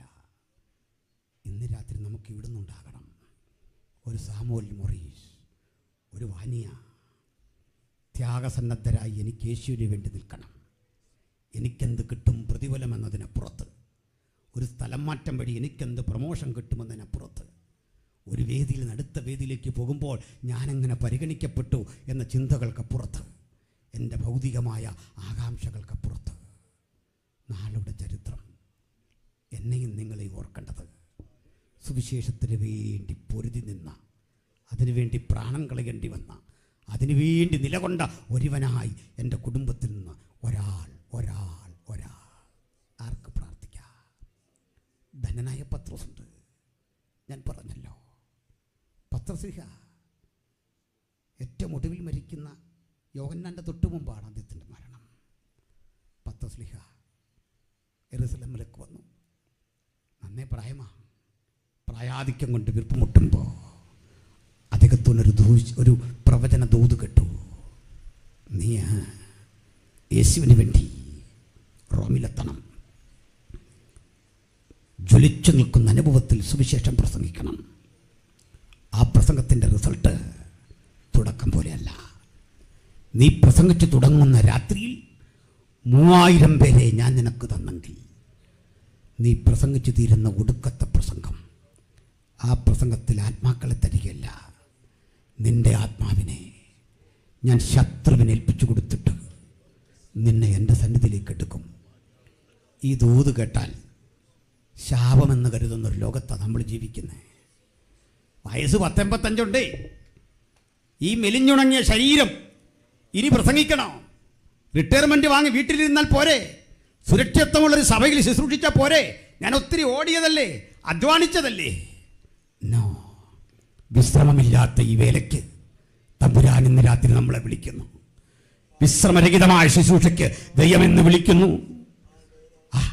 ആയുധം താത്തുവെക്കാൻ കഴിയാത്ത യുദ്ധത്തിന് അവൻ ഇന്ന് രാത്രി നമ്മളെ വിളിക്കുന്നു. സഹോദരങ്ങളെ, പത്രോസോട് പറഞ്ഞു, നീ അവിടെ വന്ന് എന്നെപ്പോലെ ക്രൂശിക്കപ്പെടും, ജനം നിന്നെ വളയും. ഹർഷാരവം കൊണ്ട് 3000 മാനസാന്തരപ്പെട്ടപ്പോൾ നിനക്ക് ചുറ്റും ഓടിക്കൂടിയ പോലെ ഒരു ജനാവലിയല്ല, കാളകൾ വളയും പോലെ ഭീകരരൂപികൾ നിന്നെ ആക്രമിക്കാൻ അടുത്തു വരുമ്പോഴും തേജസാർന്ന മുഖത്തോടെ ചങ്കുറപ്പോടെ നീ ഒറ്റയ്ക്ക് മരണത്തെ നേരിടും. പ്രഭാപൂരിതമായ ആ മുഖം കൊണ്ട് നീ എന്നെ തന്നെ ഉയർത്തി ഞാൻ മാത്രം രക്ഷകൻ എന്ന് ഉലകത്തോട് പണ്ട് പറഞ്ഞ പോലെ പറഞ്ഞുകൊണ്ടിരിക്കും. നീ മരിച്ച് നിന്റെ ശാശ്വത ഭവനത്തിൽ വന്നണയും, നിന്നെ കാത്ത് ദൂതഗണങ്ങൾ നിൽക്കും. പത്രോസ് പറഞ്ഞു, അങ്ങ് പറഞ്ഞതുപോലെ എനിക്ക് ഭവിക്കട്ടെ. ഈ സമർപ്പണത്തിൻ്റെ പേരാ ക്രിസ്തീയ ജീവിതം. ഈ സമർപ്പണത്തിന് ആർക്ക് മനസ്സുണ്ട് സ്നേഹിത? അതിനുള്ള ധൈര്യവും കർത്താവ് തരും, അതിനുള്ള ബലം കർത്താവ് തരും. പക്ഷെ സഭയിലൊരു ബുദ്ധിമാനുണ്ടായിരുന്നു. ദൂത് കേട്ട അടുത്ത ദിവസം പറഞ്ഞു, അച്ഛാ സംഗതിയൊക്കെ കൊള്ളാം, ഞങ്ങളെ എങ്ങനാക്കിയിട്ടാണ് നിങ്ങളീ പോന്നെ? യേശുവിനെ നേരിട്ട് കണ്ട ഒറ്റ ശിഷ്യന്മാരിൽ ഒരേ ഒരാൾ താങ്കളായിപ്പം. യാക്കോബിനെ വാളിനാൽ കൊന്നു. യോഹന്നാനെ നാട് കടത്തി. പിന്നീട് നമ്മുടെ കൂടെ കൂടിയ പൗലോസിനെ ശിരച്ഛേദം ചെയ്തു. ഇനി നീ ഒരാളേ ഉള്ളൂ. നീ ഇപ്പോൾ ഇട്ടിട്ട് പോയാൽ ഈ പ്രസ്ഥാനം തകരും, ഡിസോർഡറാകും. പോകാൻ വരട്ടെ, അല്പനാൾ കഴിഞ്ഞ് അത്രയും നാളിവിടെ നീ പ്രാർത്ഥിക്കുക. അന്ന് രാത്രി പത്രോസ് പ്രാർത്ഥിക്കാനിരിക്കുമ്പോൾ ഒരു ദർശനം. തൻ്റെ കൺമുമ്പിലൂടെ ഒരു രൂപം അവ്യക്തമായി അടുത്തു വരുന്നു. ഉന്മേഷം പകരുന്ന, കുളിർമ നൽകുന്ന, കാന്തി നൽകുന്ന ആ രൂപം അടുത്തടുത്ത് വരുമ്പോൾ പൗലോസിന് ആളെ മനസ്സിലായി. കർത്താവാ, യേശുവാ, ദാ വരുന്നു എൻ്റെ പ്രിയപ്പെട്ട കർത്താവ്. നാഥാ, നിന്നെ ഞാൻ കാണുന്നു, നിന്നെ ഞാൻ അറിയുന്നു. പണ്ട് ഞങ്ങളെ വിട്ടുപോയ ആ ദിവസം ഓർക്കുന്നു. പത്രോസ് സൂക്ഷിച്ചു നോക്കിയപ്പോൾ ആ തോളിലൊരു കുരിശുണ്ട്. അതും വലിച്ചുകൊണ്ടാണ് വരുന്നേ. അടുത്തടുത്ത് വരുമ്പോൾ പത്രോസിനെ കണ്ടിട്ട് കാണാതെ പോകും പോലെ യേശു കടന്നു പോവാ. ദുഃഖിതനായി പത്രോസ് വിളിച്ചു, ഗുരു, ഇത് ഞാനാ, കേഫ. നീ പത്രോസ് എന്ന് പേരിട്ട നിൻ്റെ കേഫ, നിൻ്റെ ശിഷ്യൻ. പോകല്ലേ ഗുരു, പോകല്ലേ ഗുരു. ഞാൻ നിനക്ക് വേണ്ടി ത്യാഗം സഹിച്ചിട്ടുണ്ട്, അടികറ്റിട്ടുണ്ട്, പട്ടിണി കിടന്നിട്ടുണ്ട്. എല്ലാം നിനക്ക് വേണ്ടിയാ ഗുരു. പോകല്ലേ, മിണ്ടാതെ പോകല്ലേ. എനിക്ക് നിന്നെ തൊടണം, എനിക്ക് നിന്നെ ചുംബിക്കണം. ഇതിനുള്ളതാ പ്രാർത്ഥന. പ്രാർത്ഥന ജൽപ്പനമല്ല. എനിക്ക് യേശുവിനെ തൊടണം, എനിക്ക് ആലിംഗനബദ്ധനാകണം, എനിക്ക് ആ കാതിൽ ചിലതൊക്കെ പറയണം, എനിക്ക് അവിടെ നിന്ന് കേൾക്കണം. ഈ ആഗ്രഹത്തോടിരുന്നട്ട ദൈവത്തിൻ്റെ മക്കൾ ഈ രാത്രി ദൈവം അവൻ്റെ പ്രവൃത്തി ചെയ്തുകൊണ്ടിരിക്കട്ടെ. നീ എന്നെ തൊടണം. നീ എന്നോട് മിണ്ടാതെ പോകുന്നത് എനിക്ക് ശ്വാസം കിട്ടാത്ത പോലെയാ, ഞാൻ മരിക്കാൻ തുടങ്ങും പോലെയാ. പോകല്ലേ പത്രോസ്, എനിക്ക് മനസ്സിലായി നീയാണെന്ന്. സമയമില്ല പത്രോസ്, എനിക്ക് പോയേ പറ്റൂ. ധൃതിയുണ്ട് പത്രോസ്. എന്ത് ധൃതി? ഞാൻ വിചാരിച്ചു നീ എനിക്ക് വേണ്ടി റോമിൽ ചെന്ന് പ്രസംഗിച്ചു മരിക്കും. നീ പോകുന്നില്ല എന്നറിഞ്ഞപ്പോൾ നിനക്ക് പകരമായി ഞാൻ ഒരിക്കൽ കൂടി ക്രൂശിക്കപ്പെടാൻ പോകുക. ഇതൊരു ദർശനമാണ്. പത്രോസ് ഞെട്ടിക്കൊണ്ടിരുന്നു. അലമുറ കൂട്ടി കരഞ്ഞുകൊണ്ട് പറഞ്ഞു, ഗുരു, പണ്ടെനിക്ക് തെറ്റുപറ്റിയിട്ടുണ്ട്, ഞാൻ തോറ്റുപോയിട്ടുണ്ട്, 3 ആവർത്തി തള്ളിപ്പറഞ്ഞിട്ടുണ്ട്. ഇനി ഒരിക്കലും അത് സംഭവിക്കാതെ പത്രോസ് എന്ന മനുഷ്യൻ ഇതാ നിനക്കൊപ്പം. നീ പറയുന്നിടത്ത് നിനക്ക് വേണ്ടി പ്രസംഗിച്ചെരിഞ്ഞടങ്ങും. എത്ര പേർക്ക് ഇന്ന് രാത്രി ആഗ്രഹമുണ്ട്, പ്രാണൻ പൊലിയും മുമ്പ് എനിക്ക് യേശുവിന് വേണ്ടി പ്രസംഗിക്കണം, ആത്മാർത്ഥമായി പ്രസംഗിക്കണം. പാപി മാനസാന്തരപ്പെടുന്ന ഉജ്ജ്വലമായ കാഴ്ച കാണണം. ശ്വാസം മുട്ടി മരിക്കേണ്ടി വന്നാലും, പീഡന പർവ്വങ്ങളിൽ കൂടി കടത്തിവിട്ടാലും, ചോര ചൊരിയേണ്ടി വന്നാലും നസ്രായന് വേണ്ടി എനിക്ക് ജീവിച്ചെരിഞ്ഞടങ്ങണം. ആർക്കാഗ്രഹമുണ്ട്? ആർക്കാഗ്രഹമുണ്ട്? അങ്ങനെ പത്രോസ് വിട്ടുപിരിഞ്ഞു ക്രിസ്തുവിനോട് കൂടെ ക്രൂശിക്കപ്പെടാൻ ഒരുമ്പെടുക.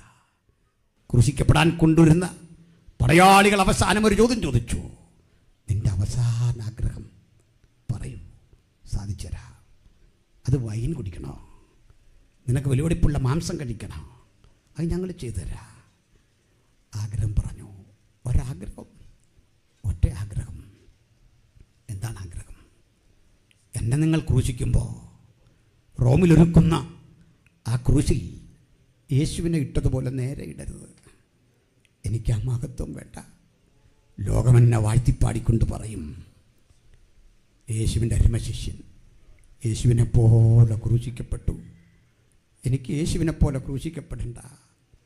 ലോകം പറയട്ടെ, യേശുവിൻ്റെ അരുമശിഷ്യൻ യേശുവിൻ്റെ പാദം ചുംബിച്ച് ക്രൂശിക്കപ്പെട്ടു എന്ന് പറയാൻ നിങ്ങളെന്നെ തലകീഴായി ക്രൂശിക്കണം. എൻ്റെ തലയും കൂടി കഴുകാൻ പണ്ട് പറഞ്ഞ ദ്രുതഗതിയില്ലേ?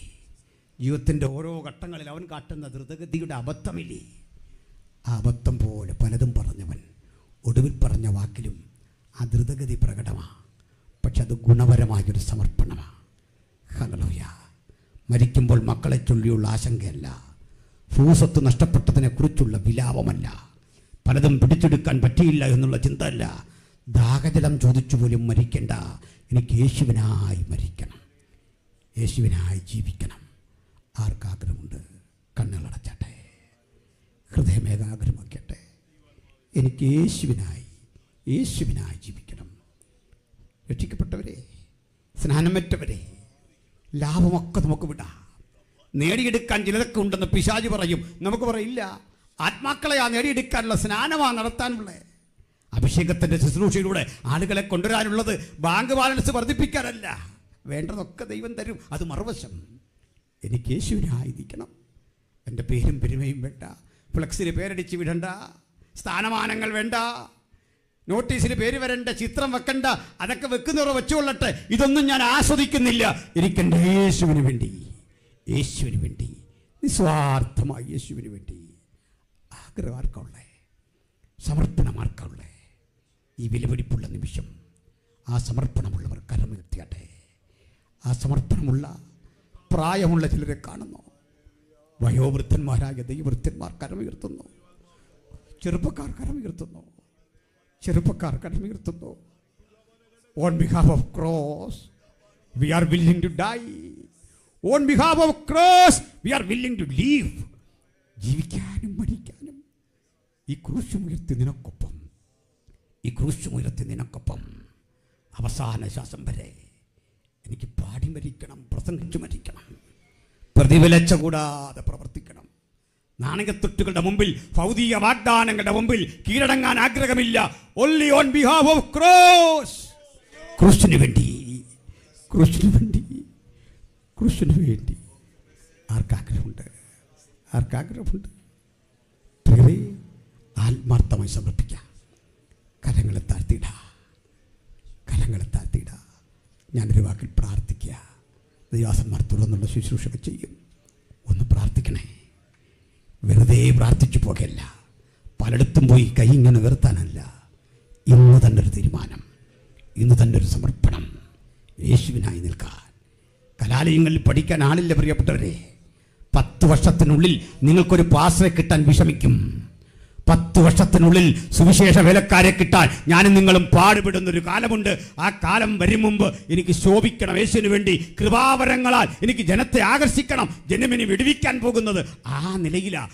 അല്ലാത്തുള്ള എല്ലാ പ്രവർത്തനങ്ങളും റദ്ദ് ചെയ്യപ്പെടുന്ന ഒരു വ്യവസ്ഥിതി ലോകത്ത് വന്നു കഴിഞ്ഞിരിക്കുക. രാജ്യം മാറിത്തുടങ്ങിയിരിക്കുക. ഇന്ത്യ കാത്തിരിക്കുന്ന ഉണർവിൻ്റെ അലയൊലികൾക്ക് ഈ രാത്രി ഈ പന്തൽ സാക്ഷ്യം വഹിക്കട്ടെ. കൃത്രിമമായ ശബ്ദമാന്ത്രികത്വം കൊണ്ടുള്ള ഒരു ഉണർവല്ല ഞാൻ ഉദ്ദേശിക്കുന്നത്. ഹൃദയാന്തർഭാഗത്ത് അവിടെയാണ് ക്രിസ്ത്യ ജീവിതത്തിൻ്റെ ശക്തി, അവിടെയാണ് ക്രിസ്ത്യ ജീവിതത്തിൻ്റെ സാക്ഷ്യം. പ്രാർത്ഥനയോടെ നിൽക്കുക. ഞാനൊരു വാക്കിൽ പ്രാർത്ഥിക്കുന്നു. അബ്ബാ പിതാവേ, ഞങ്ങളങ്ങ് ഉയർത്തുന്നു. ഞങ്ങൾ കേട്ട വചനം പോലെ ഒടുക്കത്തെ ശത്രുവായി മരണം നീങ്ങിപ്പോകുമ്പോൾ ഭക്തന് നീ വിധിച്ച അന്ത്യനിമിഷങ്ങൾ സുഖകരമെന്നെണ്ണിക്കൊണ്ട് വിട്ടുപിരിഞ്ഞ് നിനക്കൊപ്പം നിൽക്കാൻ നീ നൽകുന്ന ആഹ്വാനങ്ങളെ നിരസിക്കാൻ ഇടവരാതെ നിന്നോട് ചേർന്ന് ജഗത്തിൻ ജീവിതം നയിപ്പാൻ ഞങ്ങളെ സഹായിക്കണം. നശിച്ചു പോകുന്ന വസ്ത്രം, ദ്രവിച്ചു പോകുന്ന നാണയത്തുട്ടുകൾ, ലോകത്തിലെ നിർവികാരമായ ഒട്ടേറെ വാഗ്ദത്തങ്ങൾ കണ്ട് തലകുനിക്കാൻ ഇടവരാതെ നിന്റെ വചനത്തിൻ്റെ ശുദ്ധീകരണ ശക്തി ഈ വചനം കേട്ടവരുടെ മേൽ ആവസിക്കട്ടെ. കേട്ട വചനത്തിൻ്റെ ചൈതന്യം നാളത്തെ സഭായോഗത്തിൽ വ്യാപരിക്കട്ടെ. നാളത്തെ പകൽ വിടുതലായി തീരട്ടെ. ഈ വചനം ഒരു തീപ്പൊരിയായി ഹൃദയാന്തർഭാഗത്ത് കിടക്കട്ടെ. ആഞ്ഞടിക്കുന്ന കാറ്റിൽ അത് ആളിയാളി പടരുവാൻ എൻ്റെ ദൈവം കൃപ ചെയ്യുവാൻ നസ്രയനായ യേശുവിൻ നാമത്തിൽ വചനം കേട്ടവരെ അനുഗ്രഹിച്ച് പ്രാർത്ഥിക്കുന്നു. പ്രാർത്ഥനയിട്ടതിനായി സ്തോത്രം. യേശു ക്രിസ്തുവിൻ വലിയ നാമത്തിൽ.